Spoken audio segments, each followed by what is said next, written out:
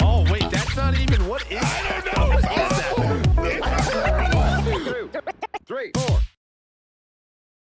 Hello and welcome to Toronto Ultra's Merk and Maven podcast. We have a special guest today. He is sexy as fuck. He is. Austin Slasher, how you doing, sir? I'm doing pretty damn good, you know. Just, I bet. Living up the off season, ready to get back in action, and yeah, pretty much same old, same old. How you guys been? I appreciate you taking the time to come on. Obviously, been a wild off season. You're a key part of this, so really appreciate it. Joe, how was your day, buddy? It was good. I listen, at top of the show, you just you're probably out of breath still, but go ahead. Tell the story. Why were you a couple minutes late? Okay, we started maybe 2 to 3 minutes late, and I hate being late for stuff. It was my fault, but basically I got a call from Toyota Financial 2 days ago that I had to have my Forerunner turned in by Wednesday because I had a 3-year lease. I extended it twice for 6 months. They didn't know what I wanted to do, and they're like, that's it, dude. You got to turn it in. And then I went there, and these dickheads at the dealer were just like, listen, used cars are crazy right now. They were breaking down numbers for a lease that made no sense. I was just getting fucked, and I knew it. And I'm like, screw all this stuff. I'm just going to buy the goddamn vehicle. So then I ended up just buying it. I now own a Forerunner, and my savings account just took a hit. But it took forever fucking ever. They're like, goddamn snails there. Just a bunch of sloths. And it really does. I walked in my door 1 minute till and just sprinting. But, you know, I am an athletic phenom, so I feel all right. Phenom, yeah, you are. So you got a Forerunner now. You're feeling good, dude. That's done with. Yes, there's a car and a house now. Fucking, yeah. This is all the stuff you wanted, all the stuff that you wanted.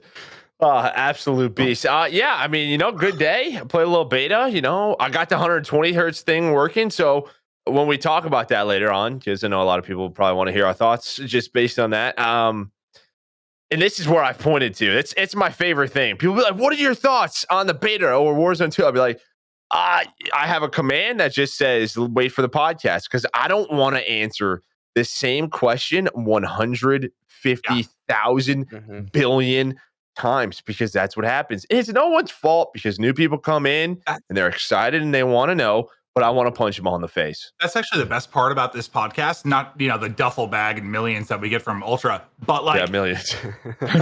More just that anytime someone like, you know, that something happens in the CDL, it's question over and over and over again. It's like podcast. So I'll like my mods now just put in the link. But all right, Austin, I don't know if you've watched any of these. We had one with Sam. It was a blast. But here's the deal: we're gonna fuck around and have some fun. We're gonna talk about what's going on with you right now. Talk about some things in the past, and we're gonna bullshit.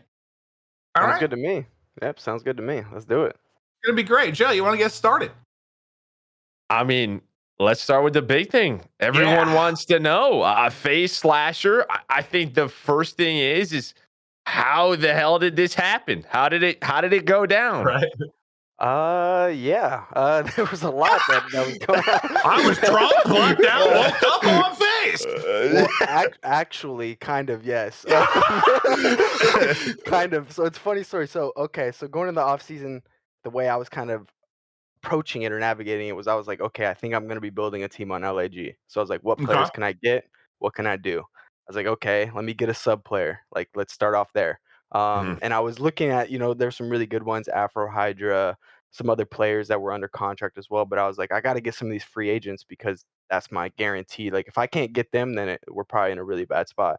And I thought I had some of them. You know, we were talking a lot. You know how Rostermania goes. So every day, every hour, you might have a new team. You wake up each day like, well, get a message. I had some pretty good teams for a little bit. Then they kind of fell through. Then I had some other teams. They fell through. About all of this. And then it was kind of looking a little like, I don't know what's going to happen. I was like, now I'm starting to think that LAG is probably going to keep the other 3 and they're going to let me go somewhere. But I was like, where do I go? I don't know. And so funny thing, I was actually drinking the night. And then I knew FaZe was like looking for a player. So, you know, I was like, you know what, let's throw a Hail Mary out there. So I screw it. Sent a message. I was like, let's see what happens. And then I woke up the next day, got into a call with the guys, and then, made it happen. And I was mind blown. So you just had a couple of drinks, a little liquid courage. You sent a message, and that was it. Yeah, I mean, they were already kind of considering me, from what I understand. Yeah. Anyways, I was one of the people. They just hadn't reached out because they like to do, figure out what they want to do. But yeah, had Oh, some drinks one night, and then sent a DM, and rest that's is history. that's incredible. So drinking's not all bad, but No, not listen. at all. Well, no, basically, that's what I was gonna say. Is to those listening right now, you might as well send your crush a message right now. Just What's go up? for What's it. up, baby? Shoot your shot. You might as well. It works. This So is proof. I want to, before we get too much deeper into this, I thought this was incredible. We'll discuss it, but go ahead, if we could, to the production team. Let's roll the clip from a few years ago that we have a Slasher. Is it anyone, or is it people I've never teamed with before? Like anything you want, anybody you want. Okay, I won't include my I teammates just realized I can't tell right if now. trolling. I'll say like people I'm not teamed with. I'm taking Simp and Abizi, definitely. Actually, give me Cell too. So Simp, Abizi, Cell. What a squad that would be! Oh my God, we'd never get off the game. Like, shoo. Well, there it is. So when was that? Yeah. That was like in the MW season, which it's actually kind of a funny story. I was like really close to teaming with those guys going into MW anyways, because I mean that was probably the moment that my stock was the highest. Like a lot of people put me in like one of the top people to like, going into CDL to pick up to build a team around. And so I was talking with like Simp and Abizi and trying to put something together with them because obviously they had just won champs. I just played them in finals. Like I knew what they were capable of. And then just things fell through and they ended up on FaZe. And then I, went off and did my own thing. But yeah, it all worked out in the end because here we are. We made it happen finally. We've come like full circle somehow. Well, I'm going to dive more into a lot of this stuff with FaZe, obviously, but what you said you were thinking about, I guess maybe making a team with LAG. Were there any other roster choices outside of the FaZe stuff, or had not gotten that far?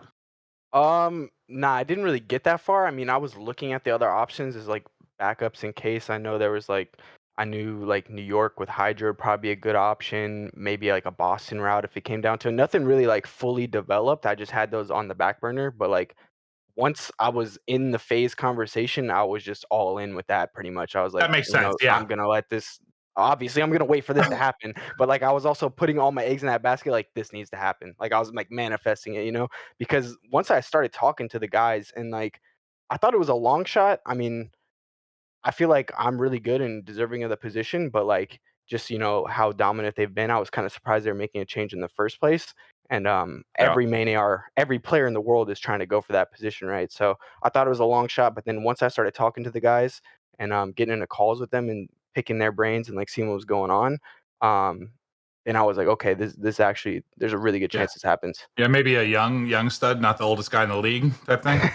Yeah. And like this was a tough Rostermania for like main ARs, right? Like I was talking with Zin, like we had like brunch when he was visiting Columbus. Like I mean, he's a main AR. You have Attach now as a main AR. You have RC's going somewhere else, not to FaZe. Like there's only 12 of these spots, right? It just feels like you have Clay, who wasn't in the league, now is probably or rumored to be coming back on a roster. Like they're like, Every were you sub thinks they worried? can be a main AR whenever they want. Like, Yeah, like were you worried at all? Like were you just like did you? I mean, I feel like you had a really solid individual year, but like were you just like shit? Like this could end up falling out of place? I don't think I was worried about not making into the league, but I was worried about being stuck in a similar position that I had been the previous 2 years, where I was kind of in that cycle where I didn't really have a lot of confidence that I could win consistently or even be in the conversation to be like a top 4 team all the time. Like I still somehow pulled off a win last year with a team like nobody would have expected to win. But like after most of my career, I'd been in that conversation every year, like I'm on a top 3 team every single year, and then to be in the bottom half, it was like, damn, I'm kind of stuck in this cycle. How do I break out of this? it's That's like what I was afraid I of. proved myself, and now it feels like you got to like prove yourself all over again, kind of right. Exactly. Like, Yeah. That makes sense. And plus, too, like I think Crim talked about this. Obviously he retires, but he kind of just touched on all his guys around him were kind of gone or retired, or maybe he burned a couple of bridges. Like for you, you had the Thieves guys, which obviously that didn't go too well, right? You had like Cap and App, who they're both retired. John is trying to figure it out. Like sort of your crew or people like even I had this with like Big T, Rambo, Cap. if I was in a shitty position, I picked up the phone and I could probably make something happen, right? Yeah. Like you have those guys. It's so new now. Like you don't really have that anymore. It feels like, or maybe like there's one option, but you know everyone's trying to get into the league. Like, and your best friends, I don't know, Lamar attached. They're also main AR. Main So ARs. Yeah. yeah, Well, people joke it's like the best friends league. It's been like a thing, but it's not. It's not really that as much as there is a networking angle to it, right? Like you need to sort of be liked, be respected. People need to want to play with you at the end of the day. Like, Oh, 100%. Like I always lived by the make your teammates your friends, not your friends your teammates. But like once you've been around all these people for so like that. long, it's hard not to be like, friends you're with traveling all the the world people. with them. Yeah, like Yeah. exactly. We're all kids who doing what we love to do, playing the games and getting to go to all these places together. Like you're naturally gonna build those friendships. And I think too, like that video that Crim released, it was he touched on it and it was like so true. Like a lot of the kids nowadays are all younger. They're like a different generation, so it's hard to connect with them. I mean, I've tried and I feel like I have in a sense in the past couple years. Yeah. But like previously I was always like tight knit, like when they played with, the people who are proven, these certain people like this. But then the past few years I feel like I've kind of broken out in a sense and had to play with, amateurs coming up and stuff like that. But it's definitely difficult, man. It's definitely a lot harder now, I feel like, for the older guys than it was in years past. well, Makes sense. I'm sure it was tricky. Yeah, just trying to. You're probably a little stressed, and then you got a miracle Hail Mary somehow. But let's talk about what I'm curious about. So let's sort of set the stage with what I sort of think might have been an issue with FaZe, right? Like Alec was frustrated. It seemed like, at least from how I feel, it feels like they were a team that, despite what game it was, despite if it was online, they always would do what it takes to enjoy the game and win. Like they just cared about winning. It felt to me like that finally broke this year, and I think Alec was very frustrated. I think Based on Beezy's tweets, yeah. I think there was some bumping of the minds. You are someone that it's kind of, I feel like, been your way or the highway at time with leadership. Like sort of your system, your thing. You take control. I guess I'm worried that you could bump heads more than maybe even Alec did, because just how you are. Like how do you view it kind of going in with how you've typically maybe led in the past versus now you're surrounded by these three lords? Well, so that's a good question. I mean, I think the big thing that stuck with me in the conversation that I was having with them is obviously they're frustrated with the last year and like how it went down. I mean, they're supposed to win, pretty much every event, and they didn't get one in a full entire season. So they're really frustrated with that. And then when I joined the call originally, I was going into it like, okay, it's Rostermania. How am I gonna sell myself? Like, you know what I mean? Like, I was like, what am I gonna say to make them want to pick me up? I give good like, props. you know what I mean? Like, what do I gotta say? And we were just bullshitting for like 30 minutes. You know what I mean? Nothing really talking about the game because they already know who I am, what I'm about. And then eventually I was like, I was like, yo, so like, what are you guys looking for? Like, you know what I mean? Like, what do you guys want out of your fourth? And they were like, to be honest, bro, like, we just want you to be you. And I was like, that stuck with me. So I was like, okay, like, perfect. Like, they want me to come in and lead the troops. Now, I feel like I've taken a step back in my approach the past few years. I was going to ask that. Okay. Yeah, like I definitely have. Like I'm still hard on people, and I think that it's a good thing most of the time to be hard on people, especially people who can handle it because you're pushing them to be, great. So, and I think another big thing too is like, I mean, bro, like I realize the situation I'm in. I respect these guys; they're the best, in the world. So we're gonna naturally have some arguments and stuff like that in practice, but I don't think it'll ever cross the line. Well, like when you look over, it's not cap double negative. It's a BZ. Yeah. It's just like, well, he just must have a bad map. Yeah, like he's got a bad map. No, like, no. But that was funny because Joe, when we talked yesterday, kind of go through the script, that was a big thing you wanted to hit on. He kind of said it. I'm like, oh, well, Joe's ready. Well, yeah. I mean, I was just not like, obviously, I mean, listen, like Crim, like Cap at times, you guys have your ways to play. I'm a big, I think it's the right way. Even like someone like Ken, right, just builds a system. That's why you guys have found so much success for so long. And a lot of people, they just can't find that. They don't get it. They don't understand it. And you just want to, I don't know, Thanos snap them, right? And you showed that a lot of the times. You weren't always I don't know, maybe not the best teammate, but you were a hard leader, as you said, right? You wanted to push people, you wanted to win. That's just the way you were. Was the last couple of years with Thieves, LAG, it's felt like you've kind of just backed off a bit, at least publicly. Obviously we're not in the practice arena, but I mean, listen, you're not tweeting as much. You weren't tweeting as much. Like it just felt like you were focused on what you could control, if that Yeah. makes sense. Yeah, definitely. I mean, I feel like I took a step back. I mean, especially like the past 2 seasons a lot. Well, I mean, the first one like on LAT, like I didn't even feel honestly both kind of years, like I didn't really feel like I was like the leader of the teams. Like I kind of Okay. was, but I kind of was not. Like I didn't feel like I had Okay. that respect that I had in the past where I could say something and we would just do it. You know what I mean? Like whereas Mhm. before, like if I said, yo, we're jumping off the map here, we would have just done it. You know, Yeah.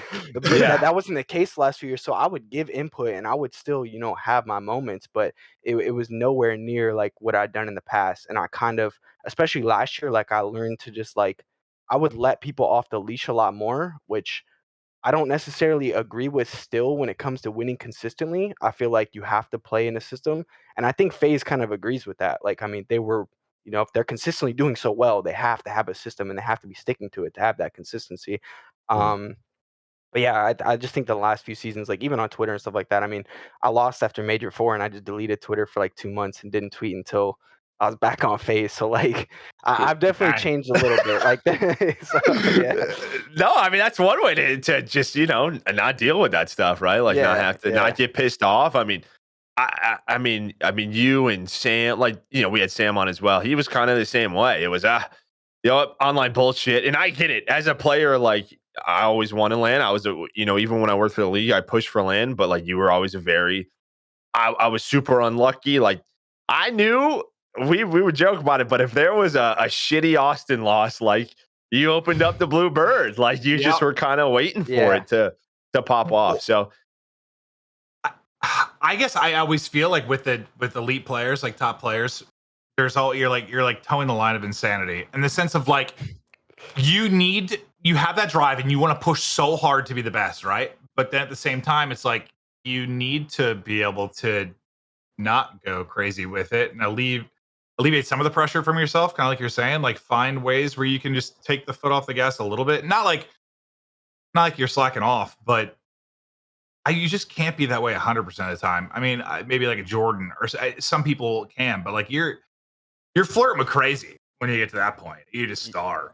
Definitely. But I feel like it's hard to do that. And that's like one thing I've struggled with a lot is like you're just putting your all into this 24/7 and when things are going your way, like you're naturally going to have those you like want to do something. You got thoughts. exactly. You're like, Yeah. listen, yeah, we need to do something else. Try this. Yeah. So You're literally going insane, like trying to be the best in the Yeah. world. Like Well, no joke. most like other than like Calvin Johnson, who just seems like a sweetheart. I feel like most like real freaks at their craft when it comes to like sports they're a little different. You just gotta be. I don't know. It kind of that's the seems that most way to me. random athlete you could have ever picked. Just Calvin Johnson. That's like that's just a prime like Maven back when he used to watch football every weekend. I always knew like, Calvin Johnson as like he was just seemed like this really nice dude. Like he retired well before he had to. He just like went out and balled. He was like one of the best receivers of all time. And he was just like chill. He didn't strike me as like a Terrell Owens or like someone that like had that like egomania. Well, around he him. was in Detroit, so yeah. I mean that's probably why. Like probably the biggest like physical freak I've ever seen on a football field. And he was just like, yo. The one thing I will say though that I feel like I've done pretty well, and I don't know if other players are able to do this, is I feel like I'm able to separate, like I almost have, like people have said in the past too, where I'm like two different people, right? Like you guys can even attest to this. Like there's 100%. Slasher and then there's Austin. I Like, love Austin. When I'm in that Slasher mode, like I can be that like insane like competitive person and do this, but I'm able to turn it off and just be Austin. And like I feel like when I'm Austin, I'm like super relaxed most of the time. Like I'm not confrontational. Like it's almost like two different people, right? So it's definitely weird, but I feel like some people, like, I mean, the Crim even spoke on it, man. Like when he was saying like how much he's had to sacrifice and stuff like that to compete at this level, it's actually absurd to think about like the past 10 years and how much time and effort we've put into doing this. Yeah. I'm sure it had to be. Just one thing before we move forward from this, because Sam touched on it too. He was kind of in like a funk of this balance was difficult for him of trying to do too much. Like, did you? It feels like you kind of have figured out like how to be just focus on you in a way. Like, is that like true? Like, have you just figured out like, okay, I know I can't do everything. Well, I'm just gonna play it. Yeah, go ahead. Because I want to say like that probably was a lot easier when he didn't have expectations with the teams he was on, though, right? Like it's a lot different, which will kind of be our next talking point when you're on like a FaZe or you're on someone that expects to win all the time. I feel like that transition was a little bit easier for him when he was on teams he didn't expect to win with. It's like, how do you keep that? I guess would be my question. Like, if that makes sense. Like, I see where you're going with it, but like, I feel like that's isn't it easier when you don't have a team you're expecting to win every event with? Well, when I was on like a mediocre team, like from my point, I was going nuts because like I had to. I was like, we need to do this. Like, we have to do this or we will lose. Like, we're not going to outskill people. Like, that's my thought was if we aren't playing perfect, we're gonna fucking lose because we're gonna get shit on. That's how I thought. And sometimes I think too, like when I'm in that situation, I'm like, and it's tough to balance because I'm almost like, damn, I need to do more. Like I'm a proponent or a firm believer in just do your 25%, just do your job. But like when I'm on those teams that are like a team like last year, for instance, where I wasn't like confident about winning every match or every tournament we showed up to, I was like sometimes like I need to do more than my 25%. But it's hard to balance because if you try to do too much, you end up playing worse. You know what I mean? So it's like it's a tough situation to be in, to be honest. But did you ever have any struggles with that? You could do 5%. Got it. Did you ever have any like struggles? Did you have any struggles with that, like at all, like at any point, like that you can remember, like even the last couple of years, where you're like, shit, like I'm just trying to do too much, type thing, or? Yeah, I think it's definitely happened to me before. Yeah. I think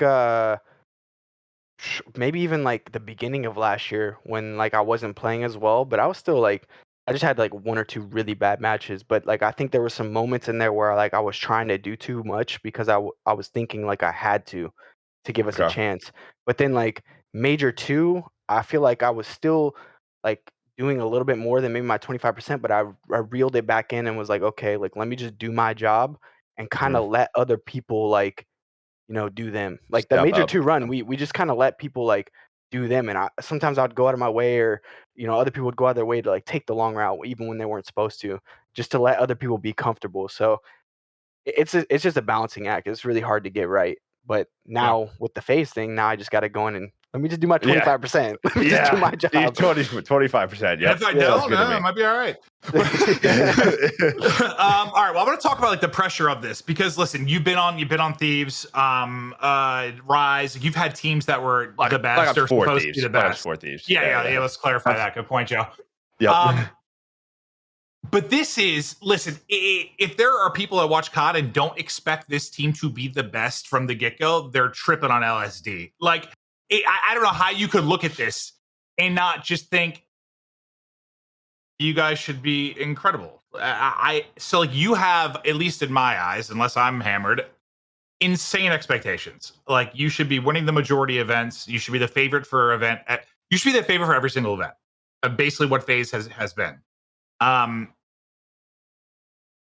Little different maybe than you've had in the past. Can be different to deal with.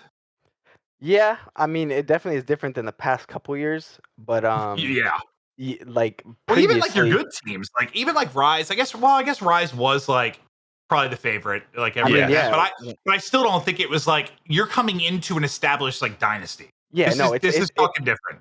It's a tier above, but I've been in these similar situations or close enough, and I've been playing for so long, and I put that kind of pressure on myself too that I don't think it's gonna be a big deal. I think just to be honest, I'm just gonna have to like the only thing I have to do, in my opinion, right now, is come in and learn how to play with these guys. Yeah, you know what I mean. Like it's gonna be a different environment for me. They've been playing together. They know how they like to do things. All this, I gotta come in and be a leader, but not overstep the boundaries. I gotta learn what they like to do and stuff like that. But I think too, like I don't think it'll be that hard because I think you're happy. You're probably happy and excited too. Well, yeah, that too. But I think they've also like they share similar like values and like thought processes to me because I mean they have like Crowder over there, like I've played under him. Yep. We think very similarly on how to play the game. So I'm assuming he's, instilling those things into these guys as well. And just from getting to know them too, like I just know they're the ultimate competitors. Like they want to win just as bad as anyone. So I don't Except think for they last will. year, BZ being a little bitch. Well, I think too, like that's the other thing. It's not like maybe they dominated like MW, where like, they were the favorites and they didn't win champs. They didn't make your roster change. Like maybe then if you were at it this year, they just struggled, right? Like they just couldn't figure out how to win. So it's like it's a dynasty, yes, but they're coming off a slow year for them. So that probably helps. Considering like It probably helps because they're like, they're pissed, right? Like all BZ said is, I'm not feeling this again. I'm not going through this shit. I'll play whatever I got to play. I'll do what I have to do type thing. So it's almost like the best situation in terms of that because they're like, they're fucking heated. Yeah, I think that's what makes me most excited about it is they're coming off a bad year and they haven't really had to feel that yet. So now they're going to be like, they're going to kick it up another notch. So it's going to be very fun to play with, I feel like.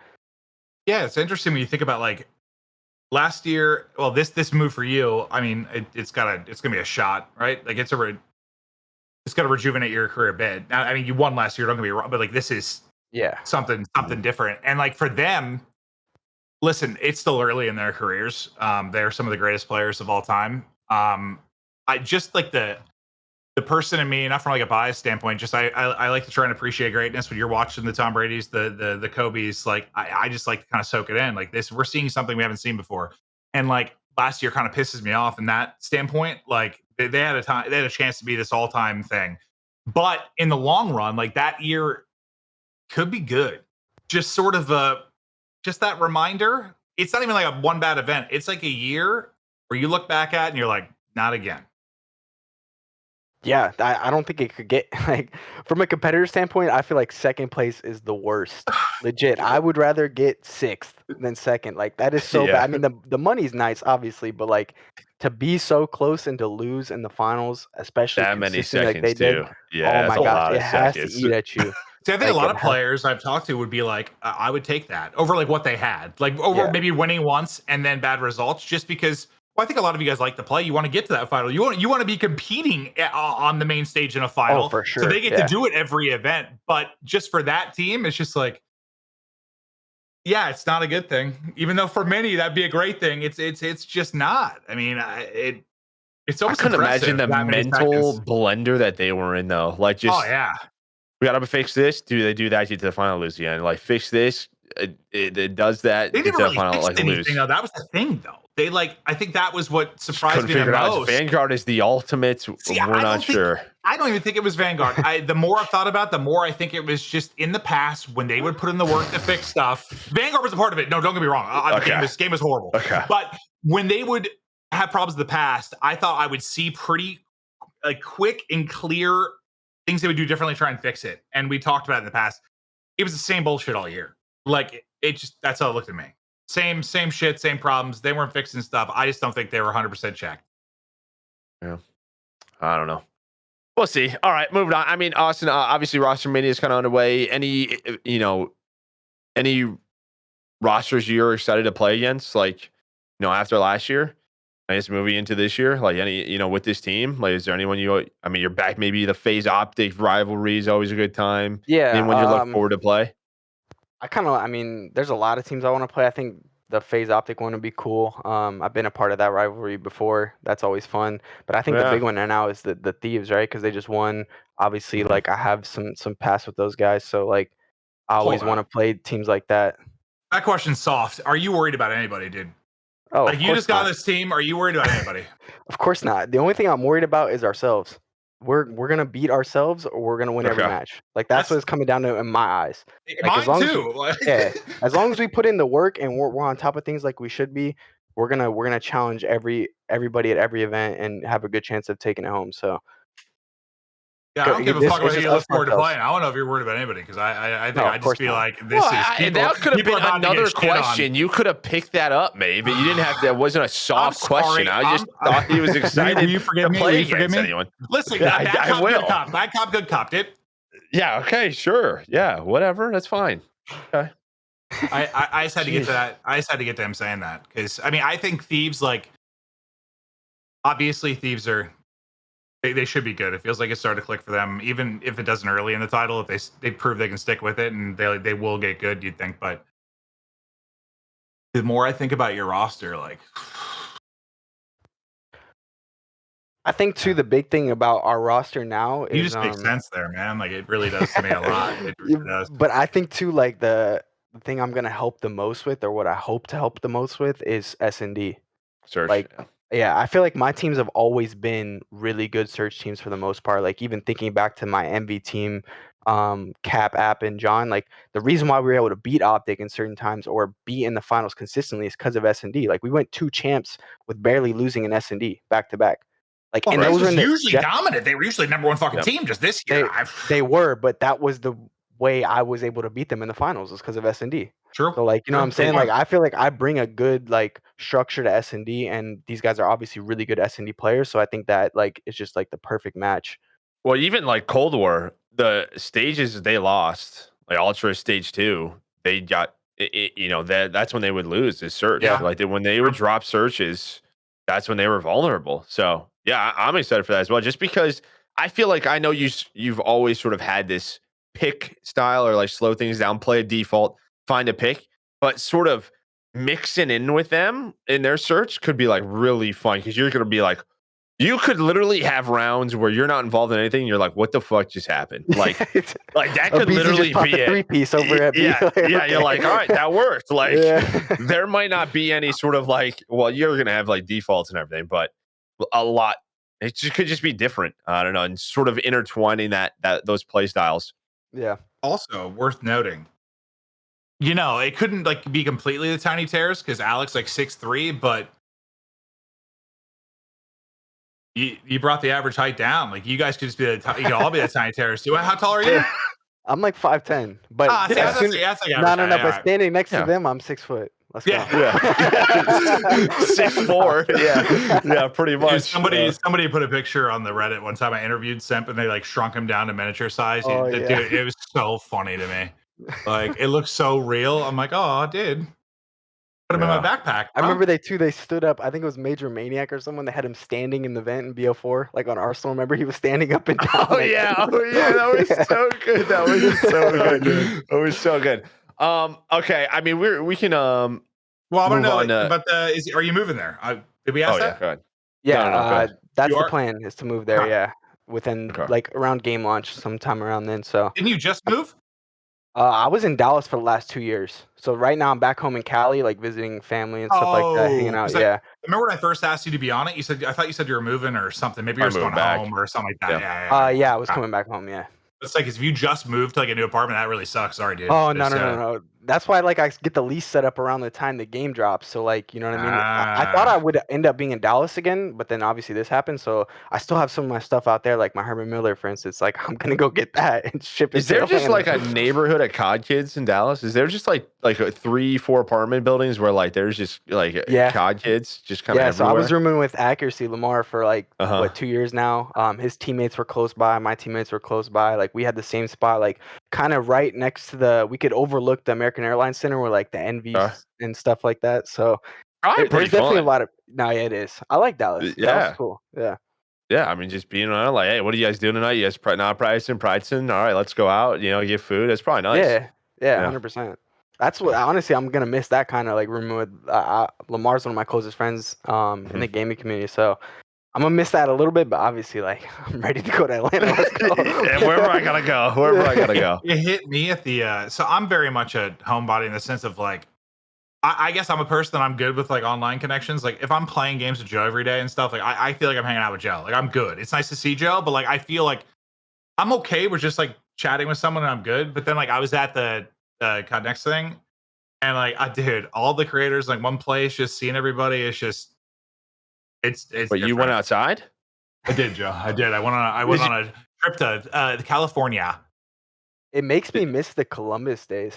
Right?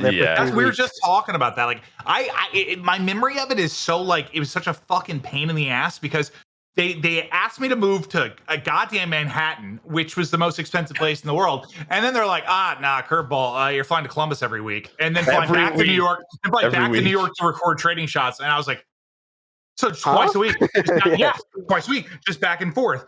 But I guess there was the period I lived there for a couple months and stuff. But I have such weird memories of that because it was just it was a weird time. That's when like Cobb was like transitioning and You were drinking. That was Two Tap Evans, and you probably don't remember a lot. It's probably pretty blurry for you for a reason. There's probably a lot of memories that you just don't remember. Just woke up covered in wine. Rich Campbell's to my right. Okay, what's up, dude? We're on the couch, like our JRPGs are still on in front of us. I'm slobbering on myself. Yes, Joe, that happens sometimes. But I wish we could go back to something like that, though, man. Like the league matches, like almost what like an LCS does. I love like that. Everyone in one area, bro. You could go to the gym with anyone from any team. Like we were getting basketball games, like going out to get food. Like that time, I don't know if it'd ever be topped, to be honest. Like it was. We're getting back to it now. Joe and I are gonna keep fucking talking about it until someone hears it and is like, "Oh, you mean like we shouldn't have launched the CDL and gone fucking backwards?" Yeah, we're gonna keep talking about it. I'm still all for it. Just a little home, like a nice little home. And like, I mean, even for us now, because we've gotten, a bunch of us had like his talent. Like, we don't even have to. We could still work remote, but I just think for the players, and as long as you guys are on LAN, that's all I really want. Like, I'm selling my house. I'm living in Joe's basement. I'm gonna be rich. That's what I'm telling you to do. Yeah, that's what I'm telling you to do. That house is something. I could babysit, dude. You got the child on the way. Be like, what's up, little man? You want to learn? All right, back to COD. You're not babysitting. Okay, so we'll touch on Vanguard just a little bit. You touched on Major 2, the search and destroy. So I want to just ask you what the hell worked that weekend. I mean, no one. I don't know. There a pickup team from losers 1 to the final, and you win. What the hell? I think that it was just the perfect storm. Like we did what we needed to do, get by in respawns. We're like, dude, it was the craziest stuff because we would be backstage, like haven't played a map, like we haven't played Bokage Hardpoint together. Like I guess we gotta veto it. Like but no, they're really good at this map. Like we just have to veto this one. And like as the tournament went on, like we had to learn like certain things, like okay, they're the best team at WZ2, but we have to play them on it anyways because we can't play this map together. And like we just got really good with the veto system really quick. And I think too, like we were able to, like I said, like we just played as like a pickup team, but it worked out because everyone was comfortable. Like I feel like I was probably the least comfortable, but like I've had confidence in myself to be able to do things that I wasn't comfortable doing, if that makes sense. So like when we brought Sparta on, I was like, okay, where do you play in S&D, like on this map? He'd be like, oh, I play this. I'd be like, damn, that's where I play. I was like, all right, fine. I was like, go ahead. I was like, I'll figure it out over here. And then there was a map where he, like, I think Desert Siege, for instance, like we were really good at that map, but he hated it. And I was like, I get you don't like it, but if we the farther we get, eventually we're gonna have to play it, bro. Like it is what it is. Like what do we need to talk about to get you ready? So we just like, I don't know, man. It was a perfect storm and respawn, and then S&D. I feel like that was the best S&D weekend from a team possibly ever, and we just reacted so well to mid-round decision making, and we instilled in each other like, yo, if anyone calls anything, we're doing it right away, no hesitation. But we're not just going rogue, like we're not just running at people, but let's get the info and like, yo, if you see 3 people over here, let's hit the other side real fast, and we just did it. Two things. One, it reminded me of Joe of like your search run when he almost won champs. You guys just got hot. Like I'll never forget that 6-0 of similar to him. Like we had a really we almost didn't get out of groups. We had a tiebreaker. And we were playing with Ray at the time, and Ray was a pretty hard strung. I hit Ant and Jay they fucking hated it, right? Like they were the young guys, what Austin's literally talking about. And there's this older French Canadian yelling in their ear, and he they just didn't like it. And I will never forget after the group stage we met, and I was just like, guys, whatever the fuck you two want to do it. That was it. And then we went on a run. So yeah, it's similar to him where they were just like, make a call and let's get it done. Well, next thing, which could be a really dumb comparison in question, but so when you're up against Team Austin and it's search, let's say it's the other team's on defense, it's like You said you would play a different spot for this, right? Like, can you basically, if you're playing against Thieves or whoever, like put where all 4 people will be, and like a normal static defensive round, like what their normal setup is? Like put like say like, oh, Octane's gonna play Yep. this side, like stuff like that. Like for the most part, yeah. Like when we're going into matches, like we would. That's the thing too, is when I do VOD research, like I don't like watching like super close, but I watch close enough to be like, okay, this is like their default. This is some things they like to do. Yeah, just certain little things. So you could be like, oh, let's say we're last guy's Kenny, but we haven't seen him. He probably plays over here. You know what I mean? So he's probably either flanking this side of the map or wrapping back. Like you can have some just general ideas and just be quicker on like making your rotations on the map and stuff like that.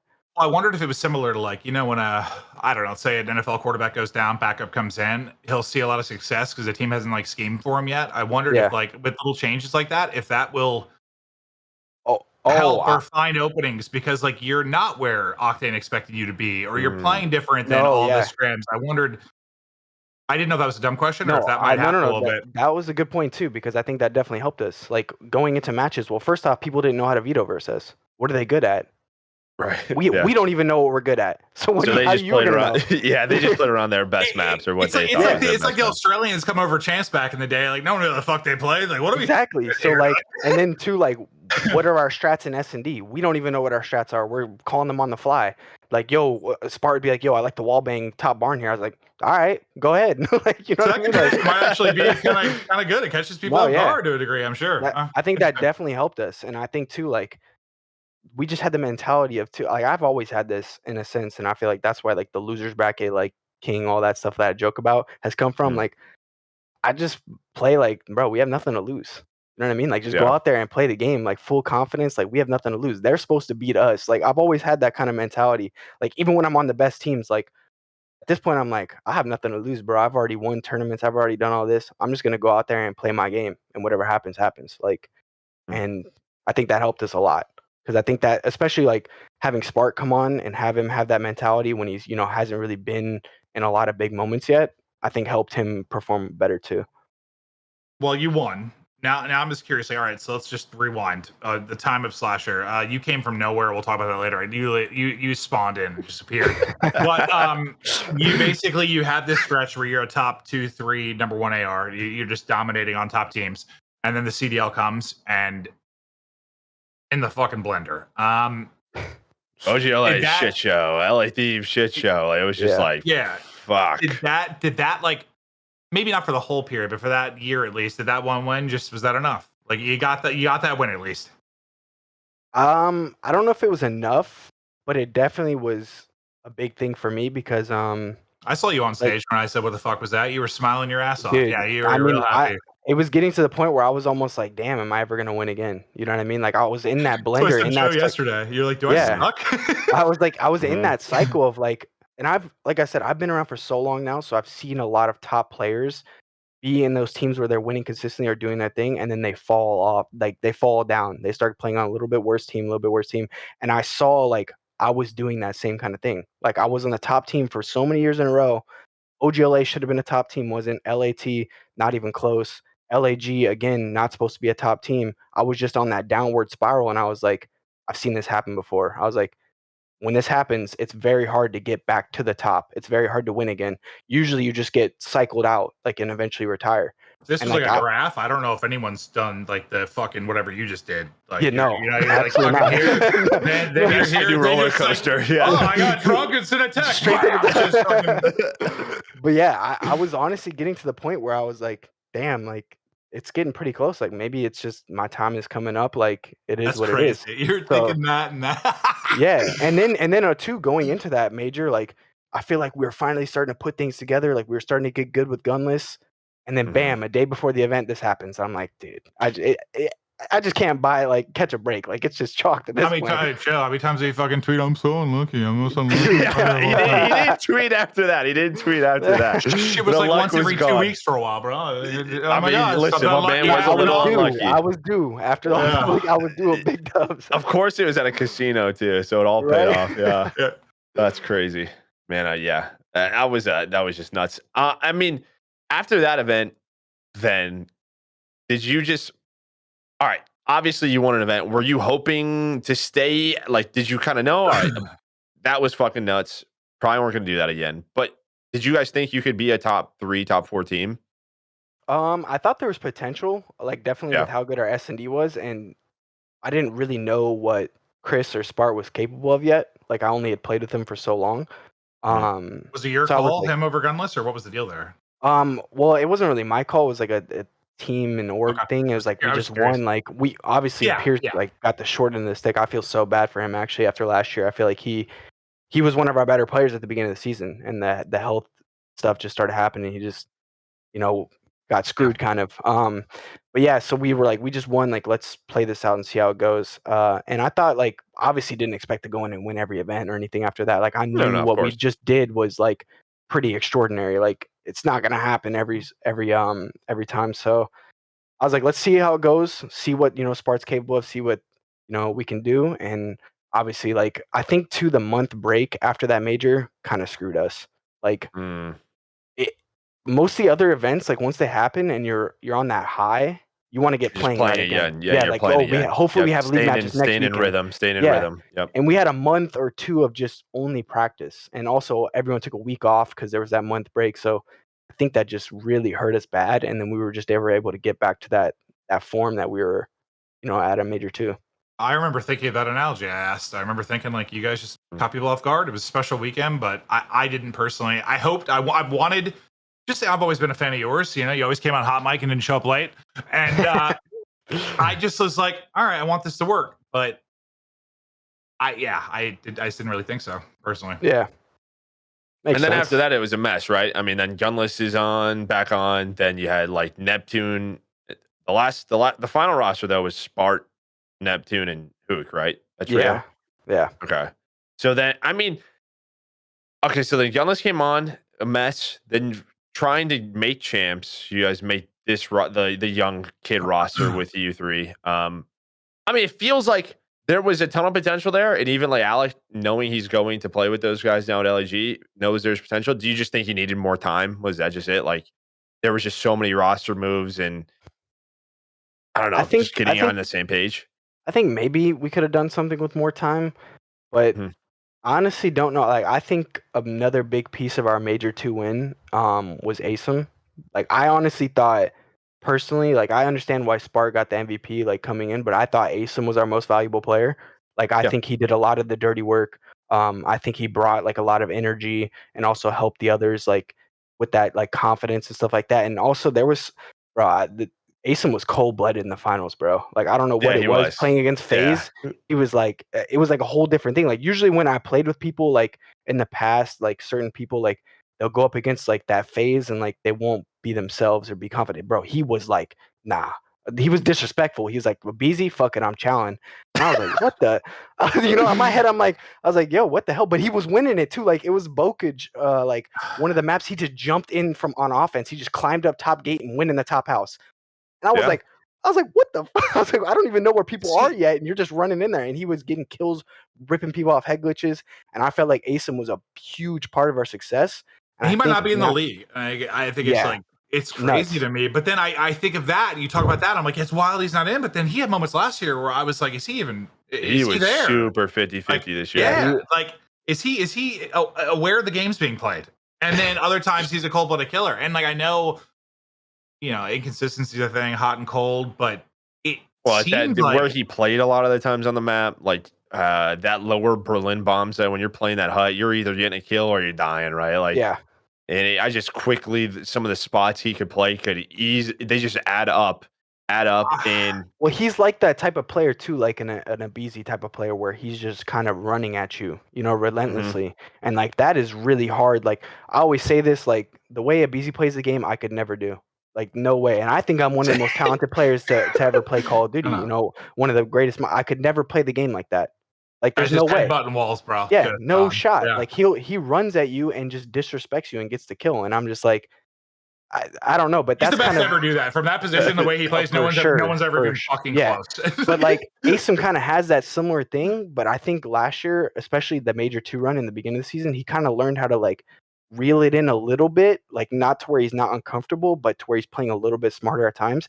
And I think with a little bit more time, he might, if he finds that consistency, because I think Asim's really like a really good teammate, obviously, and just talented as well. I think if he finds a little bit more consistency, he's gonna be a really good player in the future. It might just be because I don't know how vocal he is. It reminds me of like App, and I played with App, but you played with App, obviously, world champ. Love It App. just feels like, Love App. yeah, we love it, love him.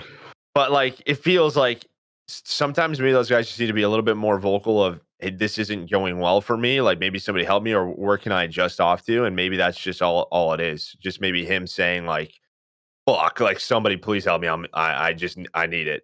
Maybe that's it.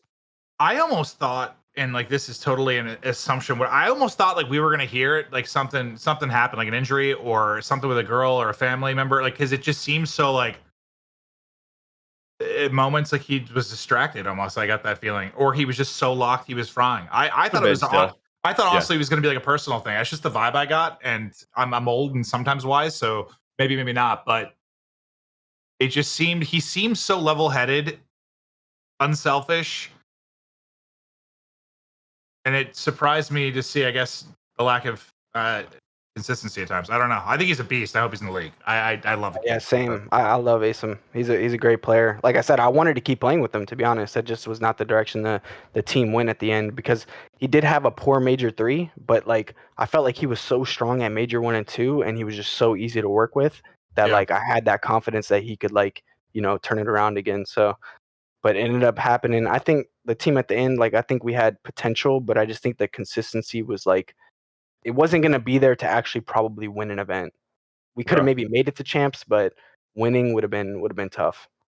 Yeah, I'm sure. I mean, that's what that team's built now off of. They're going with the young guns. They're built off potential. So yeah, we'll see what happens with Alec there now. But I mean, last Vanguard thing. I mean, besides that, I felt like with all that happening, you were just still doing your thing though. Like it just felt like you individually, stages 3 and 4, were kind of going nuts. We were like, you should look at the stats. Like, Slasher's back. Like, did you just have a good feel for the game at that point? Like, did anyone? I think I had, I think I actually had a pretty good feel for the game, especially in S&D. Yeah.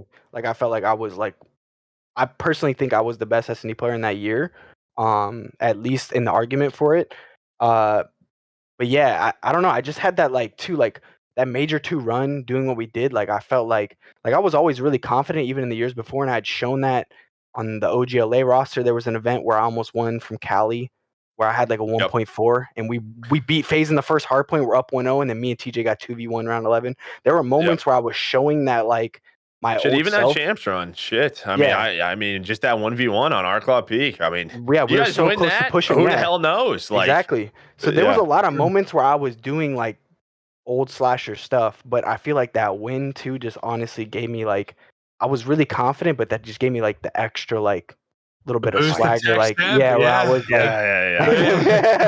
so I was like, because like I said, I was almost getting to the point where I was like, damn, am I ever gonna win again? And I won, and I was like, I'm still that fucking guy. I got it still. All right, so I don't want to be tone deaf with this, but on that topic of like you going through that. Listen, I got pissed with some of the players during the pandemic because I thought you guys were just being fucking dickheads. When it was like, listen, everyone was struggling. You guys were bitching about format and this and that. I'm like, you guys are getting paid so much to still play a game. You're lucky to still have a job. Shut the fuck up and play. That's how I felt during a lot of it. I'll be honest. I was fucking pissed. Just at like the rough time for you, some of the players. Rough time for you. No, that's what I want to talk about though. Like as much as I was annoyed, like listen, I went through it during the pandemic. I was all over the place. Like I wasn't sleeping much sometimes. Like I had a buddy pass away, and mentally I was destroyed. Like I was in a bad way, and it was just worse because how isolated you were, and like you just were like stuck in your shit, man. Like you just couldn't like it was hard to get out and just like reset. Gyms were closed, Austin, and we Austin likes to get all year rocked, I'm sure it was like it was harder, right? I'm sure it was tough. Much as I was like annoyed by some of this stuff, like I'm sure as great a job as it is, and the fact that you can still compete at home, like I'm sure it still sucked. Like I think you hit the nail on the head. You couldn't escape it. Like I was saying earlier, like the Slasher versus Austin thing, I couldn't really go out with friends or be, you know what I mean? Like I was just only in my room, only gaming, only looking at Reddit, Twitter, whatever it may be, and you're just like engulfed in all of this and you can't escape it. Just There's no a loop, sports to bro. go watch. There's no nothing. Like the only other option was to stream other games or something like that, but then you're still in the You're reading esports chats world. like, what's going on? What's doing this? Yada yada yada. You're like, so then it was oh, it was a lot. And I think too, like we were kind of, I mean, from our point of view, I feel like we were almost set up because we were moved to California. All my teammates moved to California. Then it went online, and we didn't have no servers around California. So it was just a perfect storm where it was just like, dude, I forgot. What are we supposed to do, man? Like, I'm trying. Like, people say like, oh, I'm making all these excuses, like tweeting all these things, like which I was tweeting a lot of stuff. But at the end of the day, when I'm behind closed doors, I'm trying to figure it out. Like I'm working my ass off. You know what I mean? Like I'm trying to find a way. How can we still win? You know, how can we do this? Like I'm working just as hard as anyone else.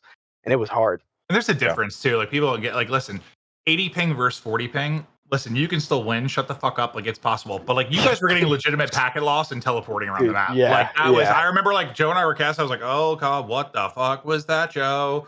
Bro, we had to play Dallas Empire in an event in like the semis on the Dallas host. And I'm like, bro, I'm like, come on, man.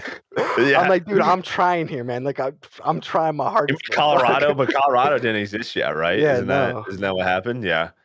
Plus, I mean, that was right after Black Ops 4 year, which was like that was when that was land everything. That was land literally everything. So I knew that was going to happen. They just weren't. Yeah. I mean, the fact is, CDL got hit in the fucking face the second it started, and they just weren't equipped for something. It was the worst timing possible. Literally the worst timing. 100%. I still feel like I'm stuck in a loop, dude. Just with streaming and stuff. Streaming's weird. It's just when you wake up and like do it every day, it's like you're just in this like you're in the twilight zone, bro. You're not wrong. All right, on to some more miscellaneous historical stuff. Clint and I were laughing about this yesterday. I mean, how did you get your start in a COD? Because we were joking. I just remember playing you in like Ghost Finals, stage 3. I was just like, yeah, Slasher was on that. I was born that year, bro. Just how did you get to being a COD pro? So I was always kind of playing like S&D GBs and stuff, like even since like MW2, but never like super seriously. Like I would just play, you know, after baseball practice, come home, some people are on, play a match or two. As soon as we lost one match, we'd disband and restart over again. MW2, MW3, and then I really started doing a lot more in BO1. I played like a lot of hardcore S&D GBs, and then Black Ops. Hardcore. I was a hardcore guy. Holy shit. I was a hardcore guy until BO2. That explains a shitload. The only reason why I got out of hardcore 2 was because Miyagi, who I'd been playing with a little bit at the time, won a core like tournament in one of the games or something like that and made like $300. And at the time I was like, you made $300? I was like, bro, I've been beating this kid. Like, what? I got to switch to this core shit. Like, I got to start playing this. And then he was going to an event in BO2. Like a local or something like that. So I went to it, played with him, and I won an Astro headset. At this time, I was still playing with the old Xbox 360. Like I didn't have the money for an Astro headset, but I made that. And then, he was going to Anaheim and BO2. And I was like, I don't really know Respawn or anything like that, but I'll go. And we got 17th. But I remember sitting in that crowd when Complexity was winning, and I was watching it, and I was like, damn, like I really want to play. Like, and I played against a lot of you guys too. Like I remember I played against. You might have been on the team in the GBs where you're doing like the 100-0 run, you cap and nade. Might have been. You might have been, but we beat you guys. I remember we beat you guys at one point. And I was like, probably bro, bitching. He ended your career. Shit. I'd played against a lot of these names that were up on this stage doing this, and I was like, bro, I feel like I can play with these guys. So then I started taking it a little bit more seriously. Went to one more event in BO2, got 17th again. And then Ghost came around. I was really in school heavy. The first event I couldn't go to because I had a test and my teacher would not move it. So then I was like, man, you know, this ain't gonna work. Like with school and everything, I almost quit. And then another event rolled around and I got talked into going with Miyagi, Strife, and Attach. And then we beat the Optic team, placed top 8, and we're officially pros. And then that was it. Ever since then, I was the last big team match on LAN. Sent them to the you. Yes, it was you. It was me. I was probably really excited about that at that time, honestly. I was probably like, dude, fuck Minecraft, fuck those guys. And then that was like the moment, like we placed pro, and then I actually like started getting like, okay, like I can for sure do this. And then yeah, then later that year, I felt like I was one of the best players in Ghost at the end. We got to the finals no, to play against you 100%. guys. Like, so yeah. Year one, I was in college and was when I first started competing in Halo, and I was traveling all over. I just skipped the test. I got a letter home after my first semester, like a 1.6 GPA. I skipped 90% of my classes, skipped the test, just was fucking playing Final Fantasy 11 and going to Halo events. I didn't give a shit. I wasted all of my student loans. Just was write it out. But then that's actually why I stopped going to events and stopped competing completely, because I was like, I'm going to fail out of college. And then I had to lock it down. But like, I couldn't. My mom do would have both. killed me if I. Yeah, did no, that. 100%. Like, I could not even get close to doing both. You. Yes. How many players have there actually been that have been like full time in college with a real degree, not like dance, and competing at the top level? And like done well. I think I'm the only one to finish. Me, I think me too. I think it's just me and okay, Austin. you finish. It might be only us two. I know, like But Zuma did a few years. I don't have a robotic engineering degree. Yeah, mine's just marketing. That's like one of those. Yeah, see, I went for marketing. I didn't pay attention 90% of the time. You don't get a robotics engineering degrry by not paying attention. What is the actual degree you have? Is robotic engineering. Yeah. Yeah, like that's like when I went to my first major was accounting. Right there's a piece of paper right there saying I did. My first major was accounting. I went in. The professor said, like, listen, 60% of you are going to fail. And I was like, haha, I fucking definitely failed. You like had to, it was like 3 hours of homework a night. You can't like bullshit through accounting. You have to like put the time in. And I wasn't going to do that. But like your major, you had to. You don't just like go in and be like, oh, robots. No. Yeah. So what he's trying to say is, what was that like? Yeah. That shit was hard. I can't imagine. Like, Okay. That shit was nuts, dude. Like that. Okay, you said 60% of the people were gonna fail. I'm pretty sure the entirety of the class was getting like under a 60% on the tests, and the 60% was like an A. Like you were like, damn, you know your shit. Like it was like, dude, those tests were difficult. And that's wild. honestly, the hardest part about it for me was not even the tests and stuff like that, because I feel like I was a pretty good test taker. It was the labs. Because we'd have to be in the labs, like doing the computer programming or building the robots or something like that. And you would have to be in there for 10 hours a day almost. So it was like, okay, guys, sorry. I remember when I started teaming with Temp, Hook, and Classic for the AW Worlds event. It was when one of my classes was the craziest. It was mechatronics. And they would call me like, yo, where you at? We're trying to play. I was like, listen, guys, I'm sorry. I cannot practice for this event. I was like, I'll show up and play well, but like, I can't practice. So we just went there and I didn't even practice. And well, then AW was like, that was like the 8s game, but yeah, go on. Yeah. But then there were other times where like I realized the class I was in, like, okay, this one I don't have any labs, it's just tests. I'm gonna skip all the classes and practice and show up for the tests and figure it out. Sidebar, when you say labs, I had lab in high school and I had a girl Stephanie I had a crush on, and one time everyone else left the classroom, and in lab I did extracurricular activities. There you go. Nice, Maeve. Perfect. So back to you. Yeah. Yeah. Shout out Stephanie. Thank you. Appreciate it. Like robotic engineer, like, I mean, is that just what you want to do? Like, if you weren't doing this, what would you probably be doing now? Like, I don't even know where you would go. I feel like I would be doing some sort of like computer programming or game design or something like that. Cause like robotic engineering, I don't have to just necessarily be building robots. Like I did a lot of different things. Like awesome. Can we get you an IW? Huh? Give me IW. But like I did like a little bit of everything, like mechanical engineering, electrical engineering, computer programming, CS, like all that. So like all of those things were robotics, because you have to be able to do everything. You have to be able to assemble the robot, which is like mechanical and stuff like that. You have to be able to do all the wiring, electrical work, stuff like that. You can build a robot right now if you needed to. Not right now, no. Okay. 6-7 years ago, I did it, but right now, I might be the dumbest person like ever. Like I'm a Call of Duty player now. Nice to robot he tried to make. Like the more I'm in the Call of Duty stuff, bro, the dumber I get. I swear. Same. It's really for me, same shit. I'm just around Maven every day. I'm fucked. Yeah. Like you are getting definitely dumber. I can tell. But I mean, even back then, dude, like I was pretty smart. Like I would say I was pretty smart, but I was a big procrastinator. And being in those classes, people I was around, I was not that smart. Those guys I was around, the students I was around, like geniuses, bro. Like they were legit like head and above me. Like I was pretty freaking good. Those guys made me look stupid. I mean, you're the only person I know, like robotic engineering degree. I don't know anybody else with a robotic engineering degree, like computer engineering or programming, you know, anything, business, math, this, that, but chemical engineering, but robotic engineering. I'm like, Joe and I have marketing, which is I didn't know what I wanted to do when I was at school, and like, I mean, marketing, everyone has to market, right? So like, let's go do that. And I didn't learn anything.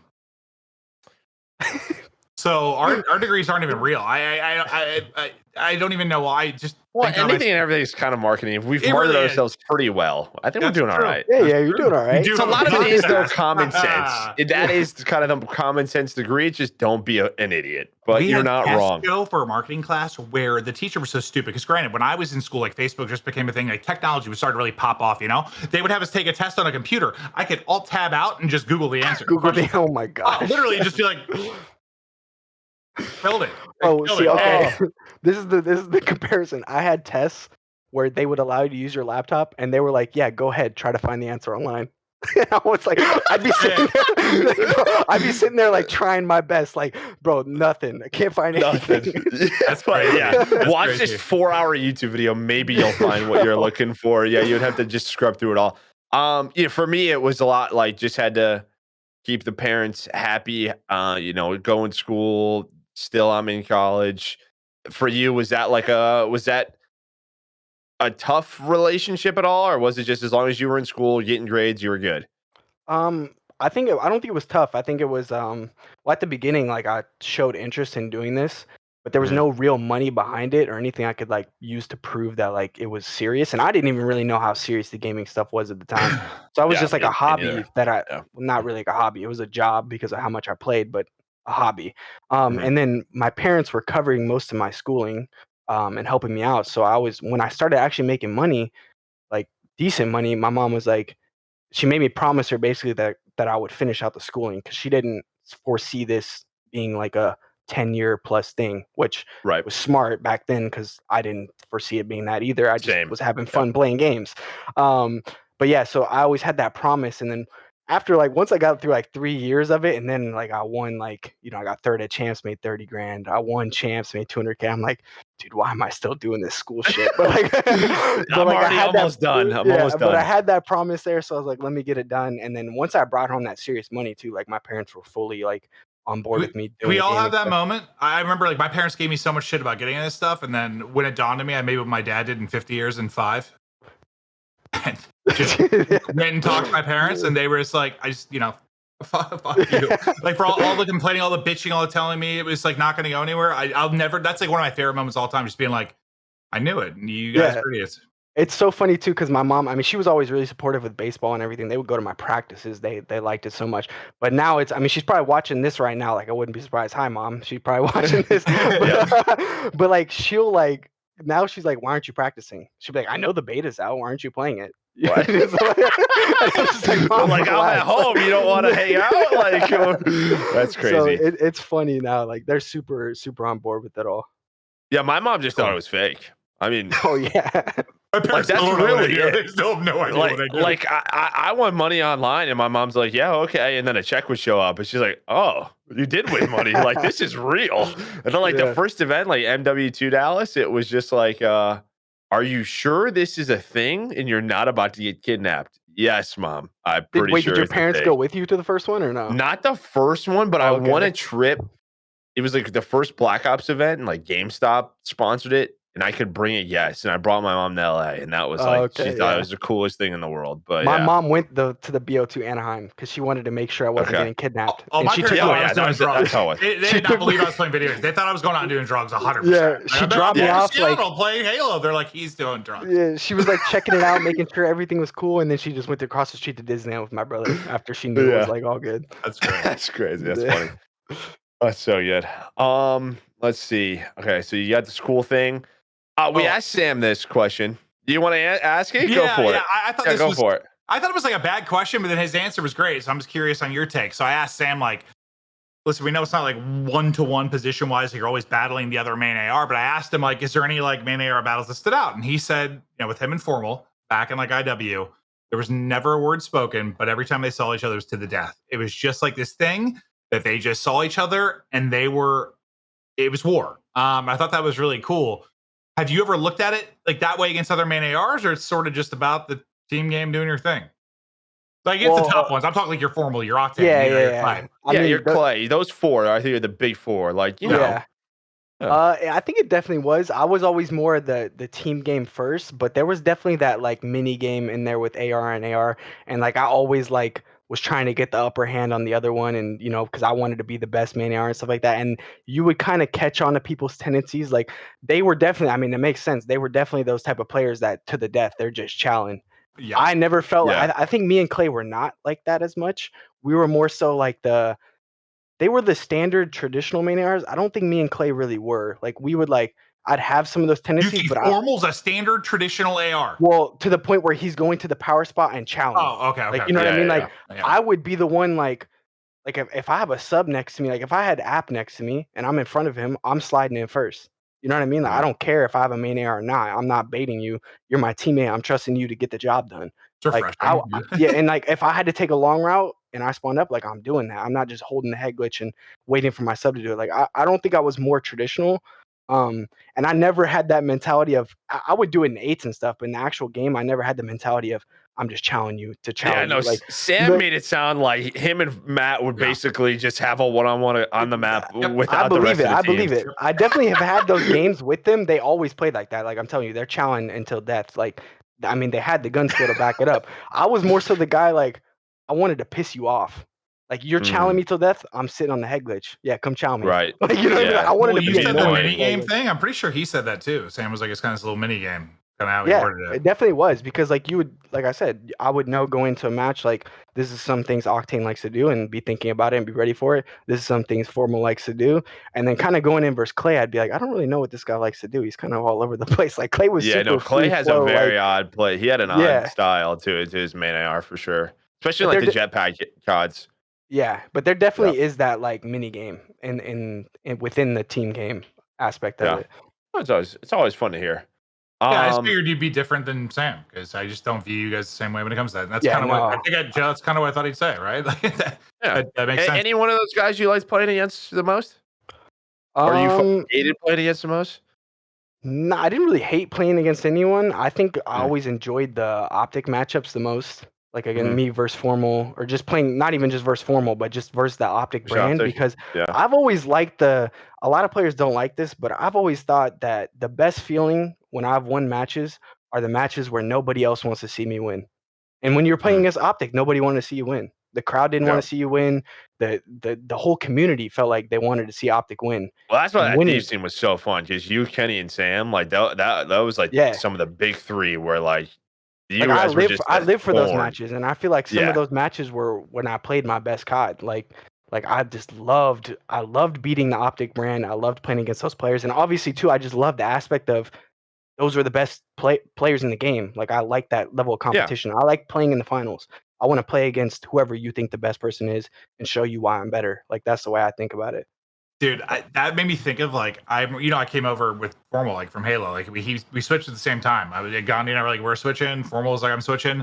I'll never forget, dude, what event it was. It was in LA, I think. It's when he was on TK, I believe. And like he just wanted to shit on Clay. I don't really know where it all started from, but he just thought Clay was dog shit and he just wanted to fry Clay. It like started, dude. I remember them screaming drunk at the bar of like one of Formal's like first events, and he's like, "You fucking pussy, you're dog shit." I'm like, "What the fuck is going on?" And this is like Formal when he first came on the scene, bro. Like he didn't like have that respect yet or anything. He was just going at Clay, and I was just like, "Dude, some people get into this shit differently." I figure you were just like kind of trying to get respect or your way, show you're better. Man online and Ghost was that guy was a fucking demon. Dude, Jesus Christ. Those guys actually had some beef, I'm pretty sure, in multiple different instances in their career. Like I remember there were some times where like I feel like after matches too, like they were getting in it like on the stage for a second, even though the camera might not have shown it. I don't even remember because like Matt would throw digs though. He'd shake your hand and be like, I just don't know what kicked it off. Because there was something there, something real. I just don't know. I don't remember what like started it. I think Formal. I think it was probably Clay like thought he should like respect him coming in, and Formal didn't give a fuck. He just wanted to like shit on everyone and was just like, fuck you, I'm gonna be better than you type thing. And they just collided, I think. But it's made me think that shit was comedy.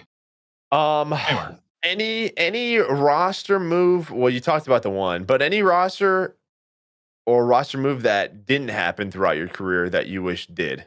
Besides that, maybe that early phase MW one. We'll cut that one out. Yeah. Like maybe like could have happened, maybe would have been like a big thing for the scene? Anything you can remember? Anything bigger than what you just fucking did? I can't really think of anything. I mean, the picking up Illy and MW instead of Cap maybe is one. I think there was some potential when the optic stuff was falling through that I could have ended up in formal spot when he went to LAG or LG. But it was never like super close. I just thought there was like, I mean, because it was pretty much between me or Octane at the time, probably. What else? I don't know. I don't know if anything really stands out besides that. Actually, wait, one just came to mind. In IW, when our NV team was really bad, like at the beginning, it's like middle stages, and the LG team was really good. There was a moment there where I could have joined in place of, I think it was Saints. It would have been me, Octane, Josiah, and Slacked and Classic, and I would have ran a K-bar the whole time, which I was still really good with. And that never really like got super close, but I had talked to the players like a little bit, and I was pushing for that at the time because I was. Would help with search, I'm sure. Yeah. Oh yeah, for sure. That was my selling point. I was like, you guys are terrible at SMD. I will fix that. I will but fix like, that never ended up falling through. But I think if that move would have went through, because I think they were good enough to beat Optic at Respawn consistently, I would have made them good enough to beat them at Search. Because I mean, even my MV team, we turned it around and should have won at least one of the events at the end. We kind of threw both of them. So I think if I had those teammates to Respawn, we probably would have won at least one. You could have been really good. I mean, Slack might still be competing. Who knows? Like, that team formed. Like, I just feel like, I don't know. I think Slack's probably one of the underappreciated players ever. Like, 100%. You had one of those like God Squad type things. Who knows? Yeah.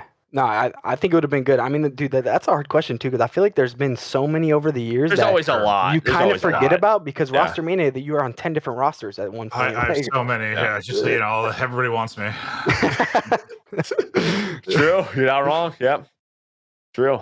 I think that. Do you want to touch on the last one, Maeve? You want to ask him about the Slasher World League? No, dude, let's pull up the tweet. Dude, this killed me, bro. When they tweeted out the thing about a GA for snaking, and you just responded, "Nah, we good" or whatever. I was rolling, bro. I thought that was. I actually laughed out loud. I thought that was so good. It's like if you're watching, you don't realize. Like it's been like kind of a running. Might have been true at some point, but like it's been this running thing. Sort of like it was the Maven World League. Everyone thought I made decisions because of Killa and Pat. Like everyone thought you were like in charge of the GA thing. I'm sure you've got a million tweets about it over the course of the past few years, but yeah, you don't give a shit now. You're probably hands off already, but you definitely don't. That dude, what's that new the jiggle, like the wall climbing thing? Yeah, you're like, leave that in. Leave that in. That looks like it's really advanced the gameplay for us. So Celium's taking me to cheese boot camp, bro. He's gonna teach me all those things. Oh yeah, I can only imagine what he's gonna show you. You're gonna be like, thank God I don't have to play against that every day. Yeah, but it's funny because now I've just kind of learned, like before it used to kind of bother me to a sense because I was like, damn, bro, like I was like, I help, like I'm a part of the conversations, but I'm not making the rule set, guys. Like, come on, don't be that gullible. Now I just kind of play into it and just kind of have fun with it and joke because I wasn't even in the GA chat last year. I left that. I was like, I'm done with this shit. Like, I don't want to bother. Like, and people were snaking at will anyways, and I was like, it is what it is at this point. So now, I mean, you see me and Lamar, like we'll tweet out like there was that like clip of us in the suits, like turning on the thing. We're like the GA community. You know how many tweets I got when someone wrong, or if there was like a lead decision? Like, I literally a whole community thought I like made all the decisions for a while there because of fucking Pat and Kill. I get tweets from some guys. They're like, "Yo, I'm playing eights with my friends. Can you tell them this is you?" I'm like, "Bro, I don't care." Like, please stop. That's actually amazing. Can you GA this attachment for us, bro? I'm like, dude, stop, please. I think you got a lot of tweets because people just don't like. Even when you start to own it, just have fun with it. It's like some people are just too stupid to realize it's like a joke. They like really think it's real. I'm like, Jesus. So now I play into it and I just have fun with it, and that's what that tweet was, and I'm glad it hit as good as it did because I thought it was hilarious. I really laugh out loud to a tweet. I was like, that's fucking funny. That's good. Oh man. All right. Thanks for answering all those. Now for everyone listening, we're gonna move on to Rostermania. You know, we had the start of Rostermania, and Austin was a big part of that. The whole Optic FaZe stuff was going on. But there have been some more sort of team moves. One first big one is Crim retiring. Man, I just think I didn't think it was gonna happen. he kind of tweeted it like, and I don't know if Crim's the kind of guy where if he sits out a year, I could see him like pulling a formal, and I don't know about competing in something else, but I could definitely see him like 3 months into this content creation being like, Screw this. I need Please to play. recap Crim real quick, because if I saw another tweet that said he's been like carried his whole career, dude, some of the shit I was seeing, I was like, bro, like I came on the scene when he was in God form, and I just remember how good he was over the course of those titles. And just because he decided to, he kind of went. I remember talking to him before AW, and he's like, you know who I'm getting, right? It's like, I'm getting Barlow, I'm getting Formal, and like he built this super team, but like it's like people think since then he's been dog shit. I don't know. It's just wild. Like people forget the years he was the best player in the game. Dude, he legit was. Like when I was coming up in Ghosts, I think his form in Ghosts is one of the best forms that I've played against personally. That one clip where he was just mows down like 8 people in a row or whatever. Yeah. Was that against you? Yeah. Every time I say it, I remember right at the end. I'm like, I think that was Joe's team. Also, the roster you said I was the 4th, and I didn't do that. So listen, yeah, it could have happened. But anyways, I mean, listen, I think there's always like we wouldn't be casting the other shot. He'd be out there like, "What's up, Seth?" I would have definitely been Matt and dropped 3 months into it, but it would have been fun. I just think like there's Seth. Even Dame, there's certain players that take our, nowadays it's like Simpa Beezy. Like there's certain players who have immediate impact, and I'll never forget like Crim, even just like starting Black Ops 2. Like he took the scene and he basically was like, everyone's getting better because of how much more serious I'm going to take this, if that makes sense. Like that's how I'll always kind of remember him. I wish I could have teamed with him. Yeah. I mean, I could have handled his personality. I've dealt with some big personalities. His might be the biggest or one of the biggest, but I could have handled it. But obviously we'll see. We'll see if it just sucks because I didn't think it was going to happen that fast. But if he does retire. Similarities between Austin and Crim are kind of wild. No, I actually wish I got the chance to team with him as well. I think that would have been. A lot of people don't think it probably would have worked out, but I think it would have been like.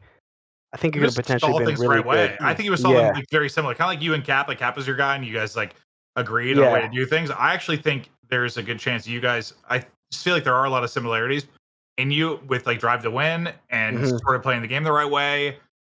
I could see that working. I mean, him and Pat. I view you as like a slightly toned down Crim sometimes, honestly. Yeah, like, I mean, if him and Pat were able to make it work, I think we could have made it work too. True. I think too. I think it's facts. it's just tough to see him go, man. Like I played against him for so long.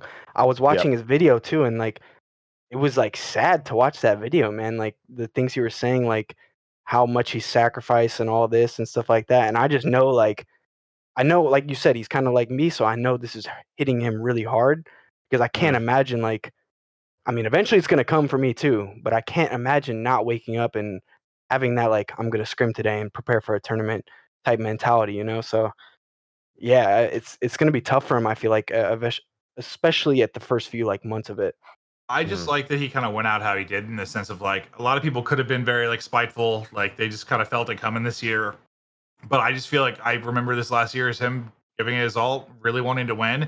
And someone said, I can't remember if it was on Reddit or Bryce said it, but it's like he was just like finishing up the side quest now, like the stuff he would do in interviews on the stage. Like, he was just like having fun this year, and I'll always love him for that because I think it could have been handled very differently. Like you're just like down, you just know it's like it's going.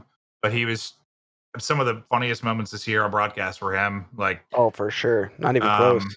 His interviews I will literally miss forever. Like I'm gonna need him to just like come in on Skype. I said Skype. Dude, Discord, who knows, bro? He might be the one giving interviews, dude. That'd be sick. maybe, dude. Maybe I know that would work because the interviewer's not supposed to talk that much. You like ask a question. And I'm in. Yeah, me too. Unless his like keeps growing and takes over his whole face, because I don't know what's going on there. I just keep seeing tweets. He's like trying to get figured out, like his lips swollen. Yeah. The thing about it too, for me, that I was like, damn, it's like because I genuinely believe he's still good enough to be on a top 6 team without question. Like I think a lot of people have ragged on him as of late. Like say like you were saying like he's got carried his whole career, stuff like that. Crim is like good. Like he's been stuck in a main AR position too, which I don't think is Crim. Like I don't think he was ever a main AR player. Yeah, we laughed about that all last year, bro. Like That was More one of the worst engagements and things. shots they get him out. Yeah, that was one of the worst things to happen to him, in my opinion, towards the tail end of his career, was getting slotted into that main AR. But Pat wanted to do main AR, whatever. Yeah. Like I always felt like when Pat was at his best was when he was running like flex, running out of sub. Like he was just good with bullets. Crim kind of the same way. Crim was the same way. When you have that Jordan mentality, when you are like him, when you are crazy to the point of wanting victory, it's just like when you are not on top and you are not one of the best, I think it's just hard. It's hard to be that guy. It's just hard to. It's really easy to team with someone when they're a god. I don't care if you're a dick, but the second that like invincibility starts to fade away a little bit, I just feel like it's just you either have to convert hard, which it sounds like he tried to this year a little bit with teamwork and stuff, but I just don't know. I think when you think of Crim, all the positives, like I think just feels like there's a little baggage when you try to team with him probably and stuff you're going to deal with. And it's not a talent thing. I agree with you. It's just, I don't think when you just do like a risk analysis, it might be worth it to some people to like deal with what could be all the bullshit versus his talent level. I think the younger generation too just doesn't handle that as well. They're soft little bitches, yeah. Our generation was a little bit different. We were all screaming at each other back in the Xbox 360 parties. Like we were all Crimsix. We were all doing, you know what I mean? There was no like quiet guys on the team. Like, I mean, there's still the videos now of that old like BO2 champs TK or not TK Freako Impact where they're screaming at each other in the party chat. Like, bro, like that was everybody. So like I think now it's like the younger generation is just way different and they don't handle it as well. Wait till your team. They like to pray after matches, dude. BZ and Simp, after matches they get around. They worship the Lord. Crowder's definitely yelling at them. Yeah, right. Yeah, right. Yeah. Sure. Crowder's definitely right. Yeah. But I mean, listen, best wishes to him. Hopefully everything works out. Also wouldn't surprise me if, in 3 months he's like, I need to play something. But he's the greatest of all time. Let's just fucking clarify. I saw Nade's tweet. He said one of the best. I put that because I didn't want to start shit. Listen, maybe it'll change someday, but right now the guy's the best. If you think otherwise, you're a fucking idiot. I think Matt is. I think I know what Matt is probably trying to say is that like the impact of like Seth is probably what he was referring to. I know that's impact like the other argument. Goat combo, bro. It's what you do in the goddamn game. I'm just telling you what I think. That's you're right on that. Yeah. What he was thinking. Because like the greatest, you could argue one way is the most impactful of the sport. Let's say greatest Twitter following, Joe, or YouTube views. I'm just telling you. All right, we're gonna move on before we yell at my Nate shot. Not invited to the house. The Rokkr lineup was confirmed. Attach, Afro, Bance, and Cammy. We talked about this rumor in roster, but finally they confirmed it. I mean, Rokkr was the rumor Rokkr before Bance, because I remember we thought it was a different fourth. When I saw Bance, I was surprised. I think wasn't there a different fourth? I don't believe. What was the first team that was rumored that was going to be really expensive to put together? Remember when Ben tweeted? What was that first team that was rumored? Or was it this team? I thought for some reason it was another player that I thought was going to like be really pricey. Maybe it was just more thinking about like bringing in Afro, bringing in Cammy, the cost of that. Yeah, I think it was that. Oh, okay. Anyway, I was happy Vance has a home, dude. Yeah, I mean, could be a really strong team. A really strong team. I mean, Austin, initial thoughts. What do you think of this roster? I like this roster. I mean, those are a lot of the guys that, like I said before, the FaZe stuff came on the table that I was looking at playing with. Like Afro was one of the best SMG free agents. I really like. Obviously, I'm really good friends with Dylan, but I also really like him as a player. I was trying to play with him a lot too. He was a free agent. And then Cammy and Ben, like they come from that Toronto Ultra team, like who have been one of the better teams, like when it just comes to being a team, of the past few years. So I think this roster has some definite upside. I think to really challenge the top, they're going to have to kind of tap into that potential that Afro has and get it out of him. Because I think he has it to be a top tier sub. I think he's been stuck on the London roster, which is not a bad team, but I don't know if they fully got everything he's capable yet, like out of him. So we still have a Bance around him, right? I mean, Bance helps immediately. You 3-0 this team in 30 minutes? I hope we're 3-0 everybody in 30 minutes. That's the plan. What do you think of for each of these teams? Like, do you 3-0? I think this team though might be one of those teams like Toronto where they might be hard to put away. No, like, even if you're beating them, they might be really good at S&D. Like they have the recipe for it, and they're going to be good at like every mode. So it's going to be a tough team to like put away in a series. Yeah. What was your thoughts on like Dylan's first year as like main AR? Like, you think you like it? Think it made sense?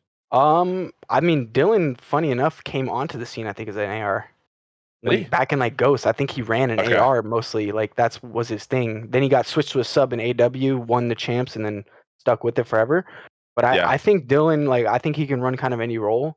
I think like I said too, the S&D, like he came up with me. He thinks about S&D similarly. Like I just think he's a really good player. And last season, like he was frying statistically, although his team wasn't the best. Like stat wise, he was insane.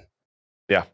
No, 100%. Yeah, I was just curious. Like, I just, sometimes when people go to a main AR, usually it's step back, but it feels like he's into his role. Like he's just happy doing his thing. Yeah, I think too, like having Cammy alongside of him will help as like the AR duo. Like especially if Cammy, a lot of pressure around him, like map pressure. Yes, his teammates are fast. Yes. Yeah. So I think too, just like that's another key to this roster, in my opinion, is getting Cammy back to Cammy. Like he was still good last year, but he wasn't Cold War Cammy. And if they can get that out of him, they're going to be really good. Sam said when we had him on, he was like, I think he's like a top 2-3 skilled player. Like Cammy? Yeah. Yeah, he's one of those people. We've always been big Cammy guys. I think he's disgusting. Yeah. He's one of those people almost like, I mean, he doesn't play like a BZ, like with a sub just running at you, but he will just run at you with an AR and just chow you. Like he just chows people, like, and he wins them. So it's like young formal kind of, I don't know, just like running, ego chowing everything. I think he had I think he was really frustrated with the game, is the way it seemed like he just couldn't get a feel for it. Wanted a lot of team success. So Rokkr's confirmed. Speaking of Ultra, we're on the Ultra podcast. They confirmed their roster of a Scrappy, Kleenex, Standy, and Insight. I mean, we talked about Scrappy. We knew it was coming sooner or later. I mean, I guess the big question was, how did this team kind of finish the roster? And they bring in Standy from Rokkr. Also to note too, Mark UB, no longer the head coach. But I think here I have a very young team. You don't have Cammy and Bands anymore. You still have some foundation here with Insight and Kleenex. And I think you're just hoping Scrappy is who he's meant to be, and that you get probably Cold War Standys, right? I mean, that's really it. Like this Kleenex Standy duo. It's maybe not the Bands who's going to be in the right places and making the right plays, but they could be a really strong submachine gun duo, like one of the best. I think so 100%, just because like Standy is like one of those guys that like looks like he's playing really fast, but isn't really like Kleenex type fast. He's not. Yeah, he's closer to like a Scump than he is Kleenex. And I think you look back to a team where like when Atash was on sub, you had like two like that. You can't have two like that because no one wants to take a fucking gunfight. You're just taking routes and getting in good spots. But now having Kleenex play the way he does, and let's say Standy is just like maybe a more talented Vance at his stage of his career, like it could be nasty. Why not? I mean, I think just from how they play, it should work. Because usually, like historically, it's kind of how it is, right? You have one like crackhead busting through a wall, like a BZ and Semp. You have one guy a little bit more methodical and slow. Not that Sandy's that exactly, but I see it working, or could. It has the right recipe for a team for sure. I mean, I like the Insight and Kleenex. I think they're both really good. Scrappy, that kid is coming in with like the highest of high expectation. I can't remember a guy coming on the scene except for like maybe back to when like Simp was coming on and stuff like that, where like there was that much, you know what I mean? But there's that much pressure on him to be that guy. And not only is there that much pressure, he's coming in for Cammy. You know what I mean? Who was that guy already on the Ultra team in Cold War. So like him having that personality and that like kind of swagger that he does, like I think will help him though, because he kind of like is a shit talker. He thinks he seems like he's ready for it. It seems like he is. Like he's been ready for this. But they're gonna need him to be that guy, in my opinion. It's just like I think in challenge. Listen, I don't play through challengers, but I think like if you've got a modicum of like teamwork and you've stuck together a little bit, put a little skill in, you can win. Because teams are changing so much, like the Wild Wild West. Yeah, the league is not that. Like he's not going to get by just being really good. Everyone's good. It's can he do the other shit? And like I don't know if challengers really proves that, because I think they just had the advantage over a lot of teams in the sense of just how much they played together. Like if you put like their matches as a squad, I know they made the change right before champs and stuff, but like versus a lot of the other teams, like you're changing teams 10 times a year for a lot of these squads. So like I feel like there's an edge there on the teamwork side and preparation side. That's fucking gone. Yeah. We'll see. But he's coming into a team that is known for having, I mean, it's not the exact same team. They're known for having good preparation and good like teamwork and all that. So maybe it's a perfect storm for him to bridge that gap. It just seems to me like he's one of those guys. He's really confident. Like I'm going to come in. He's just like feels like he shoots straighter than people. I wonder if there's going to be like a little wake up call where it's like, oh shit, well like everyone shoots straight. I got to do the other shit too. Or he Maybe. just comes in and still smokes people anyways. He might. Yeah, You I hope never so. know. I mean, You have to I wait would and love see. that. And some have for sure, but just a little different. Yeah. Yeah, I mean, it's just gonna be weird to look at this Ultra lineup and be like, "That's Ultra." That's all I'll say. Right. I think, I'm gonna miss that you know, team. It's gonna be one with of Bands my and favorites. Cammy, definitely one of my favorite teams to cast over. I mean, I'm sure for you, Austin, it's probably just a pain in the ass to play against. Like, Tough team to Yeah. put away, man. But Yeah, I no. did like that team though. I respected Mm. everything they did. They were one of the teams, like if I was out of the tournament, you wouldn't, you know what I mean? If they won, like you'd be like, all right, yeah, those guys deserve to win. Like you liked seeing those guys do well. Right. So, I think everyone feels that way. It's like one of my top 5 favorite teams all time. Yeah. Just from like a take the caster away, just like a team I like wanted to root for and see succeed. I don't know what it was. I loved it. they had the best intro too. That's true. They did. They That had the intro was best intro by far. That did. They did. Okay, so Ultra is complete. LAG, we obviously know this squad. Yeah, I mean, what Arcades steps in. Neptune, Spart, Hook. I mean, listen, I mean, no one knows better than you, Austin, at least just from your little time. But to me, and I think Alex talked about it, this is just potential. And maybe guys around him that'll listen to him, he can have some fun with playing some COD. That's the way he felt about it, is maybe just that pressure is off. I mean, for Alec, the guy's a world champion multiple time. And we know he probably just got a bag or 4 or 5 bags.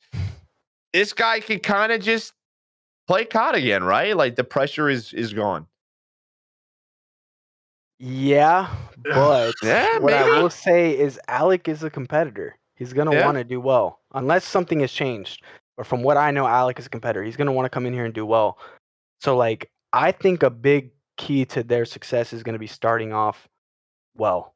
Because I think Well. if they don't start off well, it's gonna be like that. Well, this team with me didn't do that well at the end of Vanguard. Now they're not doing well in the beginning. Like, do we need to change? You know what I mean? Those thoughts will Yes, start he's lingering. got the keys, right? I mean, it feels like it's Yeah, his squad. probably. Yeah. I feel like people don't look at it like this. I don't know how though. Like I don't want to like shit on anyone, but like you think about how much we are gassing up how crazy what happened to you is, right? You go into FaZe, it's fucking insane. Literally the fucking opposite just happened to Alec. Like you were going from looking to your left and right and seeing those 3 to now Spartan, Neptune, and Hook. And I don't want to like knock them, but they are not a BZ Semp and Cell. And like I just can't fathom, like as much as we are like excited for you, how else can you view it? It's like it's a total fucking opposite for Alec. He's just Yeah. Maybe Alec though will fit those 3 better than I did, because he is a different player than me, and I don't trying know to find a silver lining. I just am like, and maybe the game will suit them. I don't know. What I will say though, that the strength of this team is they all really want to play together, at least from my understanding.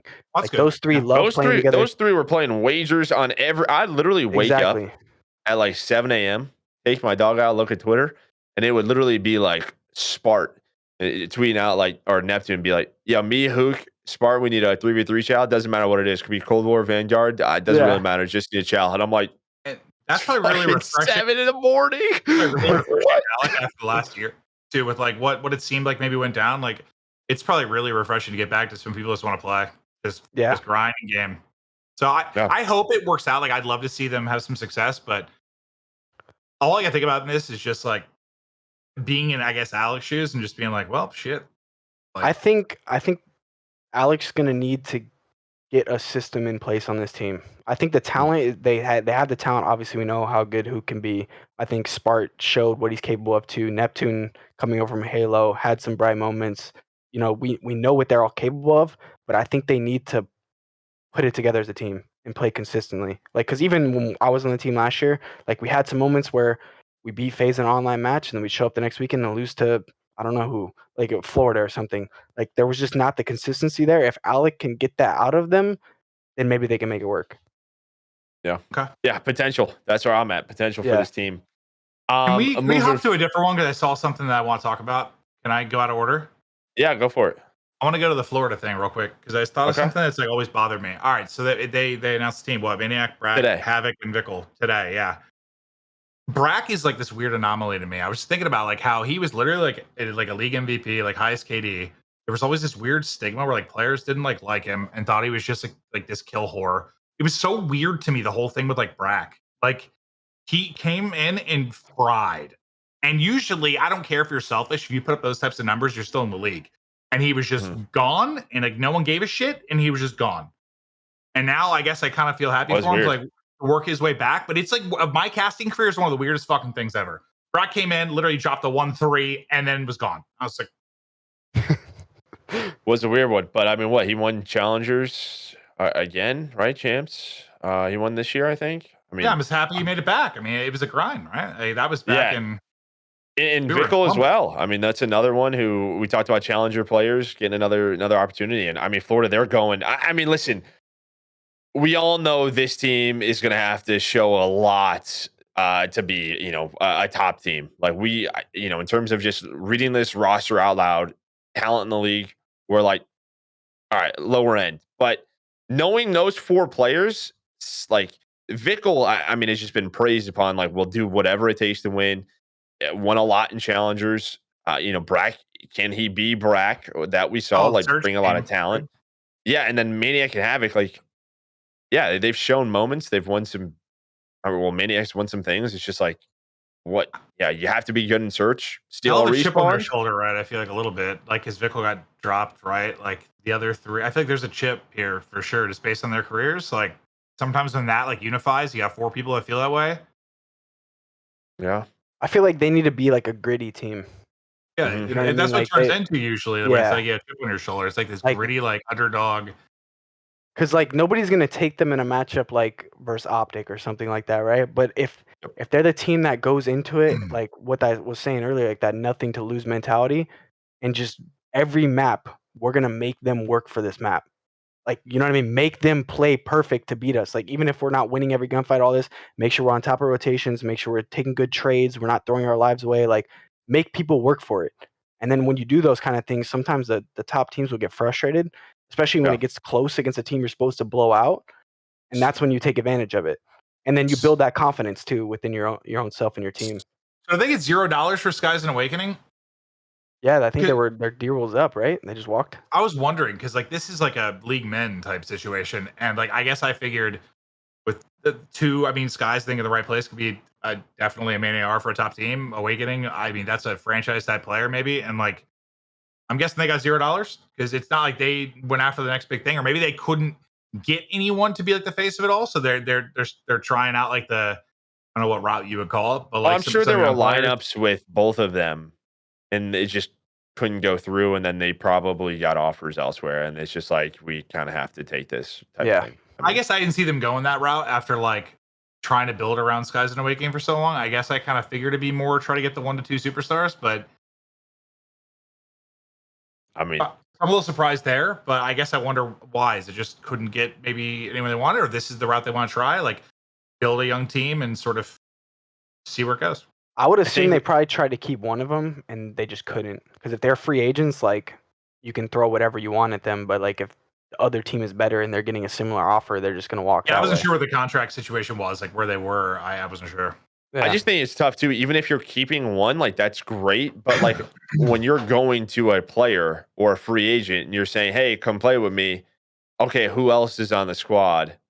Like that's tough to attract others. Where like, I don't know, New York is like, hey, Hydra and I don't know, maybe now we know potentially Skies is going to be here. Like that makes it a little bit easier to get other guys to come on over. Like it's just difficult when you're the lone man. Like, come play with me. Like, well, who's on your team?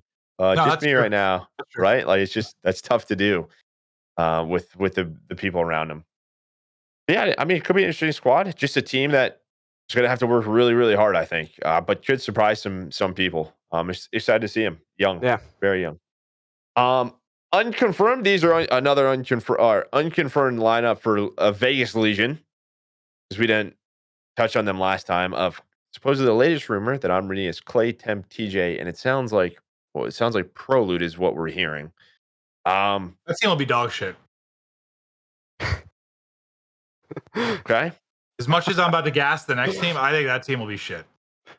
I'm pretty excited that at least Clay's in. I think him and Temp could work well together. I think those two, they could bring an energy to a matchup that like could be really fun. I'm just worried about like the sub duo. Like, I mean, TJ just hasn't shown what we've wanted to see from TJ. I'm surprised he's still on the lineup. Honestly, like I'm he's the happy reason I'm for him, excited but for the like, next team. Honestly, it's because the swap there. I think. Dude, TJ, I think that kid could be so good, man. we all do. We all I don't know do. why he was so good. It's like Yeah. it's like he slipped in the shower and hit his head down. I don't know what's happening. But I am super happy for Clay too, and I think this is gonna be I hope he has fun with this year, because that's what I think he's looking at it. Yeah. Is like he's just like the last Anything raw. after this year, Like, dude. Like, you know what I mean? Like I'm just gonna Yeah. go out there and try to have some fun. Hopefully he's Bro, talking. him and Tam could be fun if it Yeah. happens. I Could be hope. I fun. mean, if they're doing well, they're gonna start talking some trash, which will be 100%. fun Just to be a part of entertainment. and I'm watch. good. Yeah.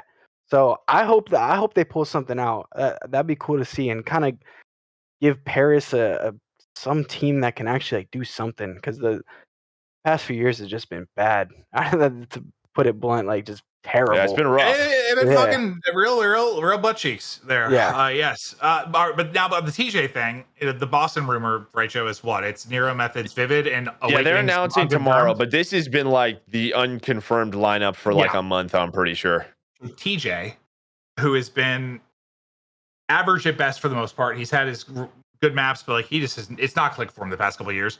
And then Awakening, who's been in like top flex type conversation. I know he had like run a little sub last year, but like when he was running like a flex, he was pretty nuts. Some of the stats he'd have in search or just overall, like he was a beast. So in my head, I'm like, okay, well, Boston Breach was like on the verge of being a good team already. Now you make this swap. I think there's a lot of potential they could be very good. Could be full of shit, but No, I mean, I like think the team. Nero. I like the team as well. Yeah, I'm very excited. We talked about it a lot. Just seeing Awakening in a different, somewhere different. Can he be the star? I think he's been so consistent. Some of his stats are ridiculous. It's just, yeah, Nero and Vivid. It's just that duo of, man, it's so hot or cold, it feels like. And if they can find some consistency, I mean, for Zin, I'm happy he's on the Boston Breach team. But kind of similar to me, though, like Attach. Like these three guys can be quick around him, like really fast. I just think consistency was an issue, especially if they were off. Like TJ was so inconsistent, but like Wake's been kind of nothing but consistent for the most part. And I know stats aren't everything, but like He's getting his. Yeah. And that might just help the team overall. It's always hard for me to tell like what kills are bullshit versus not, but typically over several titles you're dropping like a 1-2-ish. You're usually doing something right. But you're gonna need to let us know if Cell just based his teammates so once you're playing more, okay? we just like we just joke about. Well, he'll be flex now. Austin's main, so we're he'll good. Be down 100 to hard point. Flex. He's 30-4. I'm like, well, fuck it, what? Yeah, I don't know. I mean, I haven't really talked to them about that specifically too much, but I think that like kind of just shows the struggles they were having as a team. Because in Cold War, he was a flex. I mean, he was pulling out a sub on that Apocalypse map and frying with it. Like that kid can run anything. Like he's making you work for every kill, no matter what gun he has. He could have a pistol and it's gonna be a hard kill. What was the team? Maybe they like FaZe. What year was it? Was it Black Ops 3-2? Were they like outslaying by 40, losing by 10? What was it? Was that FaZe team? Yes. Oh, bro. Yes. Juma, Clay, and God, every hard point, bro. Oh, they're outslaying by 50, and we're going 249. Like, we would laugh when we played them, dude. It was so much fun. Like they would just be killing everything, and we're like, we're still getting time. They're playing a pub, bro. The last one that we're missing from the list is New York. I have no clue what. I haven't seen anything. Or sorry, I did. What is that? It's supposed to be Skies. It's not confirmed. Skies, Hydra, Priesta, and Kismet, I think, is the rumor. I have it on good authority that Crim is going to fake his own death and then actually come back as the Undertaker at the first event. Oh my God! Could you imagine? Yeah. So we might think he's dead for a while, but he'll be back. Besides that, any serious thoughts, Clint, on that New York lineup? Can you say it again? I blacked out. Skies, Priesta, Hydra, and Kismet. That team actually sounds disgusting when I think about it, because like I think Skies in the right system on a good team. I actually think Skies is wildly talented. I mean, they are. Priesta, I fucking love. He just has to be like another guy that needs to be in the right system in the sense of he's been so 50-50 at times. He managed to struggle on that FaZe team, which is impressive. And like, but when he is like comfortable, I mean, you teamed with him. He is a fucking monster. Yeah. And then when I think Hydra and Kismet, sort of what I talked about earlier, like that's, you got the Bulldog running at people and Hydra is like eating baguettes and finessing around. So like, I think I you're kinda like happy it. Priesta is probably on a flex. I think I've always liked him on like sort of a flex role, but Yeah. he's I definitely had some inconsistencies. I think too what you said was huge. I think Preston hasn't been Preston like the past couple He's years. Like in that comfortable. He's a monster. dude, his screen looks nuts. If you watch him like his stream and stuff like that, like his screen is crazy. He plays on like a higher sense a lot, I think, than other people, like 7-7 or something. And the way he whips around the kills he gets, I'm like, how does he ever do bad? Like, I don't get it. But I think it's just like you said, like he has to be in the right system, the right environment. Because I felt like he thrived when he was on my team. Like he was disgusting and he was grappling around. Like I remember him. There's a time I was spectating him in an event. It was like Arsenal. Some dude slid in the door and he grappled over the dude and then shot him in the back. And I'm like, what the fuck? Yeah. Like, all right, good He's like, shit. I don't know if people like totally understand when we say like system players. It's like some players are good at sort of like this free flowing, fill in the gaps, do your thing. And there are other people that are sort of like, I'm third to spawn up. Like this is what I'm I do doing every it, time. Like, yeah. yes, it's like it's some people, it's just maybe how your brain works or what you're comfortable with. But like when you're a system type player, if you're in the right system, you're usually a lord. When you are not, it's like tough to No, be yeah, a little 100%. more willy-nilly and just, oh, I guess I go here. It's just it's hard to watch. I think it's hard to notice, even for me, like as a casual, like as a viewer, it's hard to notice, but that's just how people's brains operate. I mean, that's literally how I am. I'm a system player. When Yeah, when we same. have a setup as Yep. a team and a plan and we're sticking to it, I'm going to play well every single time. Like I know what's going on. I know what my The job game's is. easy. You I know, know yeah, where it's you know just where super you know what's simple. gonna happen. You know what's gonna It's happen. when the guys are running around doing whatever. I'm like, oh, he okay, had too well, much where are they caffeine. spawning? Sick. What the fuck are we doing? Yeah. All right, so I think we got all the roster stuff done. I think that's pretty much everyone. We're nearing the end of Rostermania. Thanks to Slasher, who really closed off a lot of those doors. We had the first weekend we had COD Next as well, so we saw some Modern Warfare 2, Warzone 2. You played any beta? People probably want to hear from you more than us with the MW2 beta. What are you thinking so far? I played a few hours of the beta. I never got the 120 hertz thing working on my PS5. Okay. Well, I actually bought a PS5 for my friend. I That haven't shit played was PS5. ass then, Dude, huh? Yeah. it was tough. It was tough to play, but Yeah. I'm kind of holding back a lot of judgment until I play on the PC. But it Okay. was a lot of what I expected. Like it was MW kind of Mhm. feel. Just a reskin version. I did really enjoy how the maps had some color to them though. Like Yep. it wasn't like, terrible to look at. Like I A was like, little wow, bit. this Thank is you. great. Yeah, Yeah. thanks. Like the little things like that add up, especially when you're playing the game every day for a year. Because you need a depressing. I don't need to go to Arden Forest over and over again. Just cry. Like, Yeah. you have some color. But I mean, it's just gonna come down to what it does every year for me. I feel like we're gonna need a good set of maps. We need like 5 or 6 maps that are really good for competitive. It's hard to say right now because I've only played 3 or 4 from the beta. What What we're happened with getting, Grand Prix? Like, what's the deal there? Because we I don't showed know. it at one event. It looked godlike for everything. Then like no mention of it.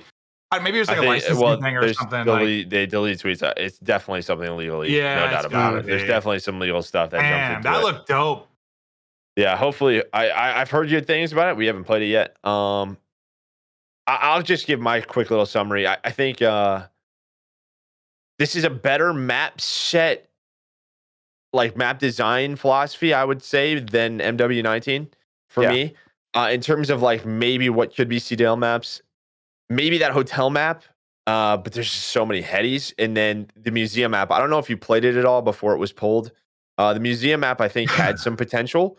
The other two are a little too small, like the one in Mexico and the Farm 18, which was Mhm. like a shitty gun runner. I just think those were a little too small to be like CDL wise. But in terms of just playing pubs, I enjoyed them a lot more than I remember running around on MW19. Like those maps were just horrendous. They just were not fun. It was At nice all. that I wasn't running through a door every 5 seconds, Right. though. I will That say was that. that might be a big They part of it. toned Yeah. toned it back. Like if you're gonna have some doors, okay, but just don't put them every 5 feet from each other. Like Jesus. So that was nice, and no Yep. breakables. Just so they tone down. So, every year they feel like they have to change fucking every mechanic because why not? And it feels like they dial back some, but the problem is they twist the gears a little too far on some of the new stuff they want to do. But at least they dialed it back to like 5 attachments. There's been some changes that were good. But if you want to know how I feel, I didn't play the beta because I'd rather Joe throw fastballs at my dick over and over again than grind a beta. Yeah, I mean, other big things. The perk system, I don't know if I love it. I don't think I do. I'm not a fan of it. Even just like playing pubs, because I don't have Ghost on, basically the first team that gets a UAV, then all of the rest of them get UAVs because they're just posting up on headies. Like, if you get their first UAV, your team's probably gonna just destroy because you can't have Ghost until you earn it. I always hate the Don't game like until it. you get Ghost. Like any title Yeah. I'll play at the beginning until you get Ghost, I'm like, I'm not having a great time. Dude, the Regular whole- mini map, please. I would love Yeah. that. The whole creator class too, wasn't it kind of confusing how to unlock guns and stuff, bro? Oh my, I was like, what is going Dude, on in this? Have you seen Joe's TikTok, dude? We made a TikTok of it. Me and Crowder were like trying, dude. I swear, I've been playing COD for a long time. I've played a lot of games. I have never been more confused in my life trying to unlock a receiver or a gun. And I'm like, what the fuck is going on? Like, so when they said, this is what I was thinking, when they said, so when you earn an attachment, it'll be unlocked for the gun in the same tree. So I was like, all right, say you unlock the foregrip, that'll be unlocked for the other gun. That's not how it is. Basically, every gun has 20 levels, in which within those 20 levels, you earn certain attachments. And within those 20 levels on the tree, you unlock a receiver, which is another gun pretty much. And then you have to level that to level 20 to get all of the other attachments. So then you can use other attachments for your first gun. So, I mean, good luck. Yeah, I don't know how this goes. I don't know how this helps the casuals. I don't think it fucking does. They have co-leads or whatever. Listen, one was grinding Tarkov, the other was grinding Path of Exile, and they just got twisted, dude. That sounds like an RPG tree, like when you're breaking it down. They literally It is. I swear to God. They were just getting a little drunk, playing a little Tarkov, bro, and hop on Path of Exile. Yeah. The gunsmith's crazy. Yeah. I think another This thing is where too, Go oh, ahead. my bad. I was just gonna say another thing too that I just thought of that kind of worries me from the beta is the not having dead silence as a perk. I feel like that, and it's just like I think Hitch had some good tweets about this. Davis, he was like talking about how like multiplayer needs it because like even from a viewing perspective, like in MW sometimes in S&D you'd watch us sit there and wait for dead silence. And it's like, bro, that's just nobody wants to play that. Nobody wants to watch that. It's like, not CS. Like we're not creeping around. Exactly. It's God. We're flying at each other. You want to see people make plays, and if we can run around without being sound hoard every 5 seconds, like you'll see more plays be made. So that worries me a lot. Yeah, I can't believe this is still a discussion another 3 years later. I have no idea how. And I don't know if they want to keep Deddy a field upgrade. I don't know what else. Like, I don't know if there's another thing you can do. Like, you know, maybe a perk in which, like, if you're tack sprinting, you have sound. I don't know, sound cues, but maybe not if you're just regular sprinting. You know what I mean? Like, I guess what I'm trying to say is, okay, if they want to keep this as a field upgrade, how do we balance it, right? Because there's got to be something. But I don't know. I don't know. Oh, it was like a physical thing now, like the little speaker thing. They're realistic. They want to add that. What if once the game comes out, as store launches, you can buy different shoes, and with the realism, like you can get moccasins, and then when you're running around the moccasins, they won't be as loud as heavy boots when they're on concrete, Joe. So then when you're moving around, the different levels of realism. Hey, listen, that's what I mean. Like maybe there's some shit like that. Maybe you're not far off from it. I don't know. At least give us a setting in CDL or something. I mean, is that one mode? The DMZ's coming. You don't think they're gonna have different types of shoes that make different sounds in the grass? Some weird shit, probably. Yeah, so that's my other big issue. Okay, visually, I don't know if you noticed this, but shooting, I can't see a fucking thing. Okay, yeah.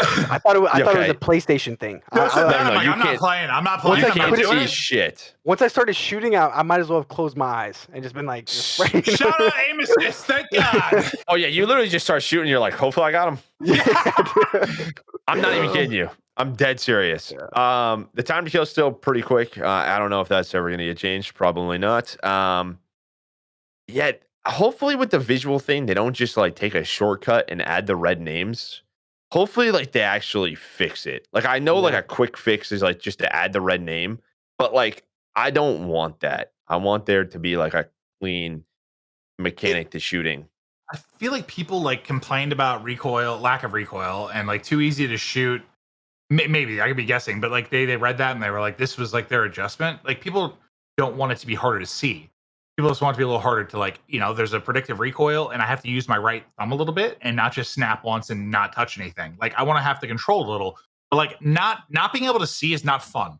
And like when there are COD decisions, the one thing I think like COD usually does well, even if it's titles we don't like for competitive, they are fun. They feel good. It feels good to move around the map. They are a fun time. Even something like the ledge thing, like even though it's not going to be used in the league, I get why that's like an advancement of the movement, something different you could do and interact with the environment. That I get. But when you do stuff that's not fucking fun, that pisses me off. To be honest, though, even though that's like it takes away from like the COD fluidity because you'll be like mantling and you just like fucking stop and like you don't go over a wall now. You have to like fucking add another layer I take to it back. I like kind of takes away the fluid thing. I'm really anti taking competitive out of it. I'm very anti like just making it not fun. As long as it feels good to move around the map, I'll play the game. The second it doesn't feel good, I'm like, that's why fixing snaking's always been an issue because like to fix it, you may have to make it feel clunky in some ways. It's like hard to do. But like that's why I'd take snaking over something that felt clunky. But did you notice too, like when you threw a grenade, I don't know if there was a setting to change it, but like when you click your button and you had to click it again to actually throw it rather than just release it? I didn't have that, so you might have a setting. Oh, I might have a weird setting or something. There. Yeah. Okay. I think because I just threw Semtexes, but maybe because I wasn't using that, we're using Semtex. I had a frag on. Okay, maybe it was just something with my game though, because I knew someone was having problems like calling in score streaks and like stuff like that too. So maybe it was just a beta thing. Awesome. Because I was probably a setting. I saw Damon too like blow himself up with a grenade one time, and I was like, I bet you didn't. So that's my big overall thing. Is normally like the whole DMZ thing, like Warzone. Normally at the base, they still make those off of COD. Like they still make COD and then they make those. And like Ground War and Warzone's pretty easy because those intermix. You make the Warzone map, you can have Ground War on that map. Like fuck it. Yeah. This whole like DMZ thing, it really feels like is almost more of the center of it than COD. Like, and that's where I'm worried. Well, if they think it's the next big thing, I mean, they could be right. We'll see. But like, if they really think that's the next big hit, like Warzone was, you might not be wrong. It might have been a lot of the focus. I mean, just like the weight, like there's a you feel very weighted I get running around. Sprint to fire speed is like it's definitely not COD-y. But go ahead. I can't play Rockstar games. Like I can't play Red Dead. I cannot play even GTA because the weighted. Like when I'm playing a video game and I press back on my stick to turn, I just want to turn instantly. I want to turn around. I don't need to feel the weeble wobble of my 250-pound body as it turns. I don't need that. And like it seems like there's like now this weighted like thing to it. And I haven't played yet. And I want the game to feel like a video game. I don't want to feel like I'm out running around. And I'm worried that the weightedness is gonna just annoy me because I cannot stand that in any game. I hate it. I definitely noticed that too, and it was kind of throwing me off. But I was also, like I said, I was just being on the PS5 and the 60 hertz. You weren't or whatever. sure, yeah. I guess we'll really find out this week. Yeah, we'll really find out this week. It's hard to remove that from the equation. Just think about the other stuff. Yeah, there's definitely some good though. Like I guess I feel better about it than MW19. Hopefully, we just have our game modes. Let's work on that first. I feel we're all being negative, but I think it looks. I mean, it looks great, and I think it's gonna be fun to cast. I don't have any worries there. There's some features. What I am worried about too, now that you say that, is I saw something too. I tweeted about it, like a little joke or something. There was like 8 hard points on the maps again, something like that. And listen, Dick. At least hard points in the game. But we're trying. Apparently, rumors are we're trying to start the season earlier. And if we launch the game with 20 hard points, I hear you. This has been the problem. People keep telling me it's like a marketing thing. I'm like, no, we don't know if the game's gonna be ready. That's why we've been scared to start early. Yeah. So that worries me a little bit. Wait, so we're thinking like eight hard points again? That's what I saw a picture of. I won't know the rotation by the end of the year as a commentator. Yeah. I will not know it if there's a. Well, I remember. Hopefully that gets fixed. In MW19, there was 20, and I had to. Yeah, a couple other guys stayed after in the playtest to draw up where they should be. Like, isn't that the title wasn't going to have it? Which game wasn't going to have it? Yeah, they weren't going to have one. it. That's right. We were on a call like, oh, we're not going to have hardpoint. We're like, I'm sorry. Well, excuse me. They wanted headquarters. Yeah. Okay. Yeah. I'm headed to headquarters, and we're going to have a chat. Yeah. Well, I mean, we'll see. Obviously, we know IW. They just think a lot of different things than us, philosophy-wise. Hopefully, there's a good. We might have this for. Hopefully, there's a good communication line because if this is for 2 years, buckle up. Yeah. Yes, but like I think IW usually, the point I've gotten to, Joe. It's like I've worried less about the competitive side and more like I want them to make a banger COD that's popular with the masses. I want a lot of people playing COD, more eyes on COD. Bigger COD is good for CDL in the long run. I just hope there's a lot of casuals pissed off, if you're wondering. That's Really? that's kind of my concern so far. Mhm. Is it seems like we're MW 2019, everyone was like so happy. It seems like there's something kind of pisses off everyone right now. It's like they tried to please everyone, but well, they didn't try to please CDL. We know. Well, a lot of the little things that we are pretty like mad at, like the Dead Silence thing, the mini map. I saw a post where like someone conducted like the numbers based on complaints.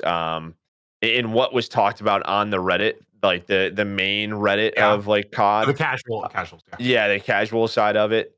I think another big thing is like the UI. Here we go. The top 100 dead silence is per 13%. Stopped is banning lobbies is 21%. Normal massive minimaps 31%, and others 35%. I know a big thing was the UI. Like people just aren't liking the gunsmith, kind of how the menus look. And to me, it could have been this. You know, I played 120 hertz. It felt a little better, but you're still pretty heavy. And I'm running guns with no attachments because I swear attachments add weight. Like I'm dead serious. I have Like, seen that feels before too. I saw a couple people tweet that. They think no attachments is better. I wouldn't count any realism out of it, honestly. Yeah. Dude, the funniest thing like with the attachments minimap, adds weight. So the minimap thing is like when someone tweets about it and then in the mentions they're like, oh, you bot, you need a minimap. I love the irony of the fact that the best players in the world are like desperate for it and can't play without it. Like the elite of the elite, the 0.001% cry for a minimap. But then the comments are always like, you bot, dude, you need a map. Dude, we're damn near going cross-eyed looking at that thing so much. right, it's a game within a game. It's a game within a game for sure. Yep. So that's the beta. I mean, we'll briefly hit maybe Warzone 2, Maeve, because you were at COD next. Anything you really want to touch on? I think for content creation side, I think proximity chat has a ton of potential. They just need a way to police and ban, because if not, it's going to be chaos. And it's just going to be us here in the N-word and having to mute and being pissed off. I don't think many content creators, top content creators, are going to have it on. Just people are pieces of shit. It is what it is. Yeah. I mean, I don't really. People are freaking out about the looting, but I guess since I've like played Apex a little, I played Blackout. Like, I don't know why people think shitting a bunch of stuff out of your asshole on the ground is like a good looting system, but like literally that's what happens right now in Warzone. Like it's just vomited everywhere. I've like died because I couldn't see someone because there's loot every. It's just this literally vomit on the ground. I'm okay if it's cleaned up a little bit and once you get quick at it, it takes a little bit longer, but it's like more organized. I'm actually okay with that. As long as it's clean though, right? Yeah. You know what I mean? It didn't look very fluid. It didn't, and it needs work. But it's an alpha. It's probably a really old build. I don't know why people think like Warzone's looting thing is like perfect. Literally, you just vomit and piss stuff all over the ground. It's just everywhere. Yeah, no, I still like just spam the button the whole day trying to pick things. I grabbed the wrong gun. Where did my gun go? I don't know. It drives me nuts. Even with the other gun. The only thing when I watched it, actually, I thought it looked kind of cool. The map was pretty neat. Very blackouty. I won't comment on. Yeah, 100%. Oh, that's good. I like that. I won't comment on like the loadout thing yet because we don't know what's going to happen with that. There might just be normal loadouts. They said it wasn't in that build. But like the one thing that actually pissed me off, I think Warzone took BRs to another level in some ways. And I think the Gulag was one of the cooler features added to a game in the sense of like, you die, a one-on-one to the death to get out. I think it's just at its core, it's a very clean, simple concept. What in the hell did that get turned into? Am I going to a dance party? There's AI in there. The guns are all over the ground. It's 2 versus 2. They're not on my team. What? How do you take one of the cooler things in BRs with a Gulag and make it that? And people weren't even fighting. They were just stealing the key off the AI and leaving. Like, can we all agree? Like, there's something just like the raw, like gladiator one-on-one. Like, there's something cool about that. Yeah. Like we've all watched Russell Crowe go to war. We're all behind him. It's just the gladiator generation, but like a one-on-one. Who's better, or who's camping or ADSing? But like, what did we turn it into? It's a goddamn clown fiesta. Yeah, I mean, my last point on it, it's just the AI. It's the only thing I'm really worried about. I gotta play it. I want to see where the final of it. The AI thing, I think the DMZ thing at the middle of it, I'm super worried about that. I don't care about robots on the freaking map. This is a robotic engineering guy. He probably doesn't care about robots on the map. I just want to, I want a lot of people. I want to fight people, and that's what I want. Is that Maven or is that AI? What do you think? One last thing. What do you think of the 3 split circles thing? I liked it already showed you how many were in each, so in case you wanted to transition to a more popular one, like you're a player that wants a lot of kills, you die. Well, there's times where they might be close if you can, the way they're moving, it looked like you could get in a vehicle. True, but if there's not enough space, you die because Sim tried it. At its core, do you want my answer? I think it's another one of those things. Why the fuck did you need to change it? It's not like rocket science. A circle comes in. It's the core of every VR. It's a goddamn circle. It's another one of those IW things where they change something for the sake of change. And I know you want to try and move things forward. You throw fucking 100 things at a dartboard, and 5 might end up cool. But like that's part of the creative genius. I get it, but like, why? I just wish I could be. I wish I could be in the room and they just throw the 100 darts at me. I'm just like dog shit. That sounds like it might be cool. Okay. Wait, so you could essentially get stuck in one of the circles with nobody, and so it'll tell you how many people are in the circle with you. Like it tells you. If they aren't close enough, Sim was telling me he tried to go to the other one and he just died. Oh, so you have to wait until they come together.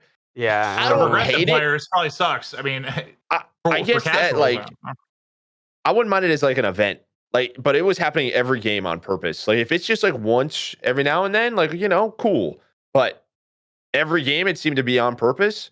I was like, no, I'm good. Yeah, I might. It's just not one of those things where I ever thought like, oh my god, like, oh, if only the circle got twisted. I'm thinking, we're not gonna rotate. Our circle's coming in. Like, it's always been like that little bit of panic or anxiety. Like, I never thought like, well, and for better, like, could you just imagine being entrapped? Like, good players like just being trapped in. Like, it's just weird with all the comments about wanting to simplify things. How many things they do that are not simplifying things? It's like it's mind-boggling the irony in some of that shit. I swear they don't simplify anything. It goes the opposite direction. We love realism. Oh, we have three storms now. Oh, I don't even know what to put on my class or how to unlock a weapon, and I'm a professional Call of Duty player. I was like, dude, what is going on here? I've never been more confused in my life. I was so confused. I just wish we would focus less on just changing every single system and just pick a couple. Pick 3 things each year you really want to go hard on. Leave it at that. Yeah. Instead of every single facet of the game needing to change. Because I think part of the beauty of Call of Duty is how simple it is, and like how most people could just come home, hop on. I want to run the AK-47. Bam, just going shooting. Some people. There needs to be risk though. I mean, like AW, like the whole jetpack area. The fact someone in a room was like, "Dude, what if we flew?" And like, looking back, like that was probably a really brave decision to do that. But like, I know there needs to be some of that. It just seems like it's always so much. Sometimes, like every single mechanic. I don't know. That just always annoyed me because it's just always the thing. Yeah, so we'll see. We have week 2 of the beta starts on, I think, Thursday for PC. So I think that'll be a really good. We'll see if they do any updates, if there's any patches, maybe just some answers to community feedback, or absolutely nothing. Wouldn't surprise me at all to that. Last thing before we go, because I know this has been a long one. We have been chatting. We had some community questions from the Reddit. A lot of these we answered to everyone who did post the question. A lot of it was about Austin joining FaZe. How did it happen? Let's see. I mean, I guess we kind of answer this one from Aqua PSN. He says, Slasher, you're currently the oldest player in the CDL. Is it weird that you're teaming with people that are essentially the young faces of COD? Yeah, in a way it's weird, but I don't know. It's like I'm the oldest player in the league, but I don't really view myself as old. You know what I mean? Yeah. Like I'm still like 28's not considered old except in Call of Duty. Like in sports stuff like that. Yeah. As long as I want to compete and keep playing, like it doesn't matter to me. I'm just trying to go out there and win. Okay. Love it. Question for Slasher. What are your top 3 favorite teams ever? And what were your 3 favorite chips, not including BO3 champs? I was thinking potato chips, dude, for a second. I'm tired. Holy shit. Top 3 favorite teams, I would say. Or just, 1 or 2. It doesn't have to be 3. I think he just threw out 3. I mean, MV1 was one of them for sure. I'd say my Noble team that I kind of like made the come up with. Okay. And then another big win for me was the FaZe one with Sensor App and Pat, because obviously that was my first win. I was under FaZe. It was Nashville, right? It was the Columbus AW Open. Oh, that one. Yep. So I would say they're definitely up there too, because like I was like not a nobody, but I was coming up. I'd never been on a pro team to get picked up by FaZe, and then the first event, win that. I feel like that was a really special one. That event had like 250,000 maybe real viewers, and that event was actually crazy. Optic versus FaZe. I'm like, whatever the fuck would have happened there. Yeah. Okay, awesome. Last question. Because again, a lot of these we answered throughout this podcast. So if you missed it, go back and listen. But Maven, for you, this person wants to know Gandalf plays best brand of maple syrup for your skin. I couldn't even list a single brand of maple syrup. Listen, I don't do anything for my skin. As you can see me sweating. This is the single biggest thing for skin, and people don't realize. If you don't want acne or to help with acne, or you just want like good skin, the reason my skin's actually always been pretty solid: drink a shitload of water. I'm telling you, water solves like most things, but especially your skin. You drink a shitload of water, I promise your skin's gonna be better. So drink some water. Maybe I do love maple syrup, but don't drink maple syrup. All right, there we go. Boom. Austin, thank you. Yeah, listen, appreciate it. If I see one fucking tweet about being unlucky after this shit, you never know what could happen. Relax. You never know what's going to happen. Listen, never know. Enjoy it. Listen, you got a chance at something special. You do. Not many people, I think, at this stage of their career are suddenly with 3 of the best players in the world. Not that you're not one of those players, but you know what I mean. Like, it's just how it's been down. Enjoy it. Rooting for you. It's fucking crazy, bro. Have fun with it. Thank you. Thanks for coming on and bullshitting with us for a couple hours. We appreciate it. Yeah, no problem. Thanks for having me, guys. It was always fun. Love doing these things. Yeah, you're fantastic. Adios, everyone. Hope you enjoyed another episode of Toronto Ultra's Merk and Maven podcast. I hope you have a fantastically and extra sexy evening.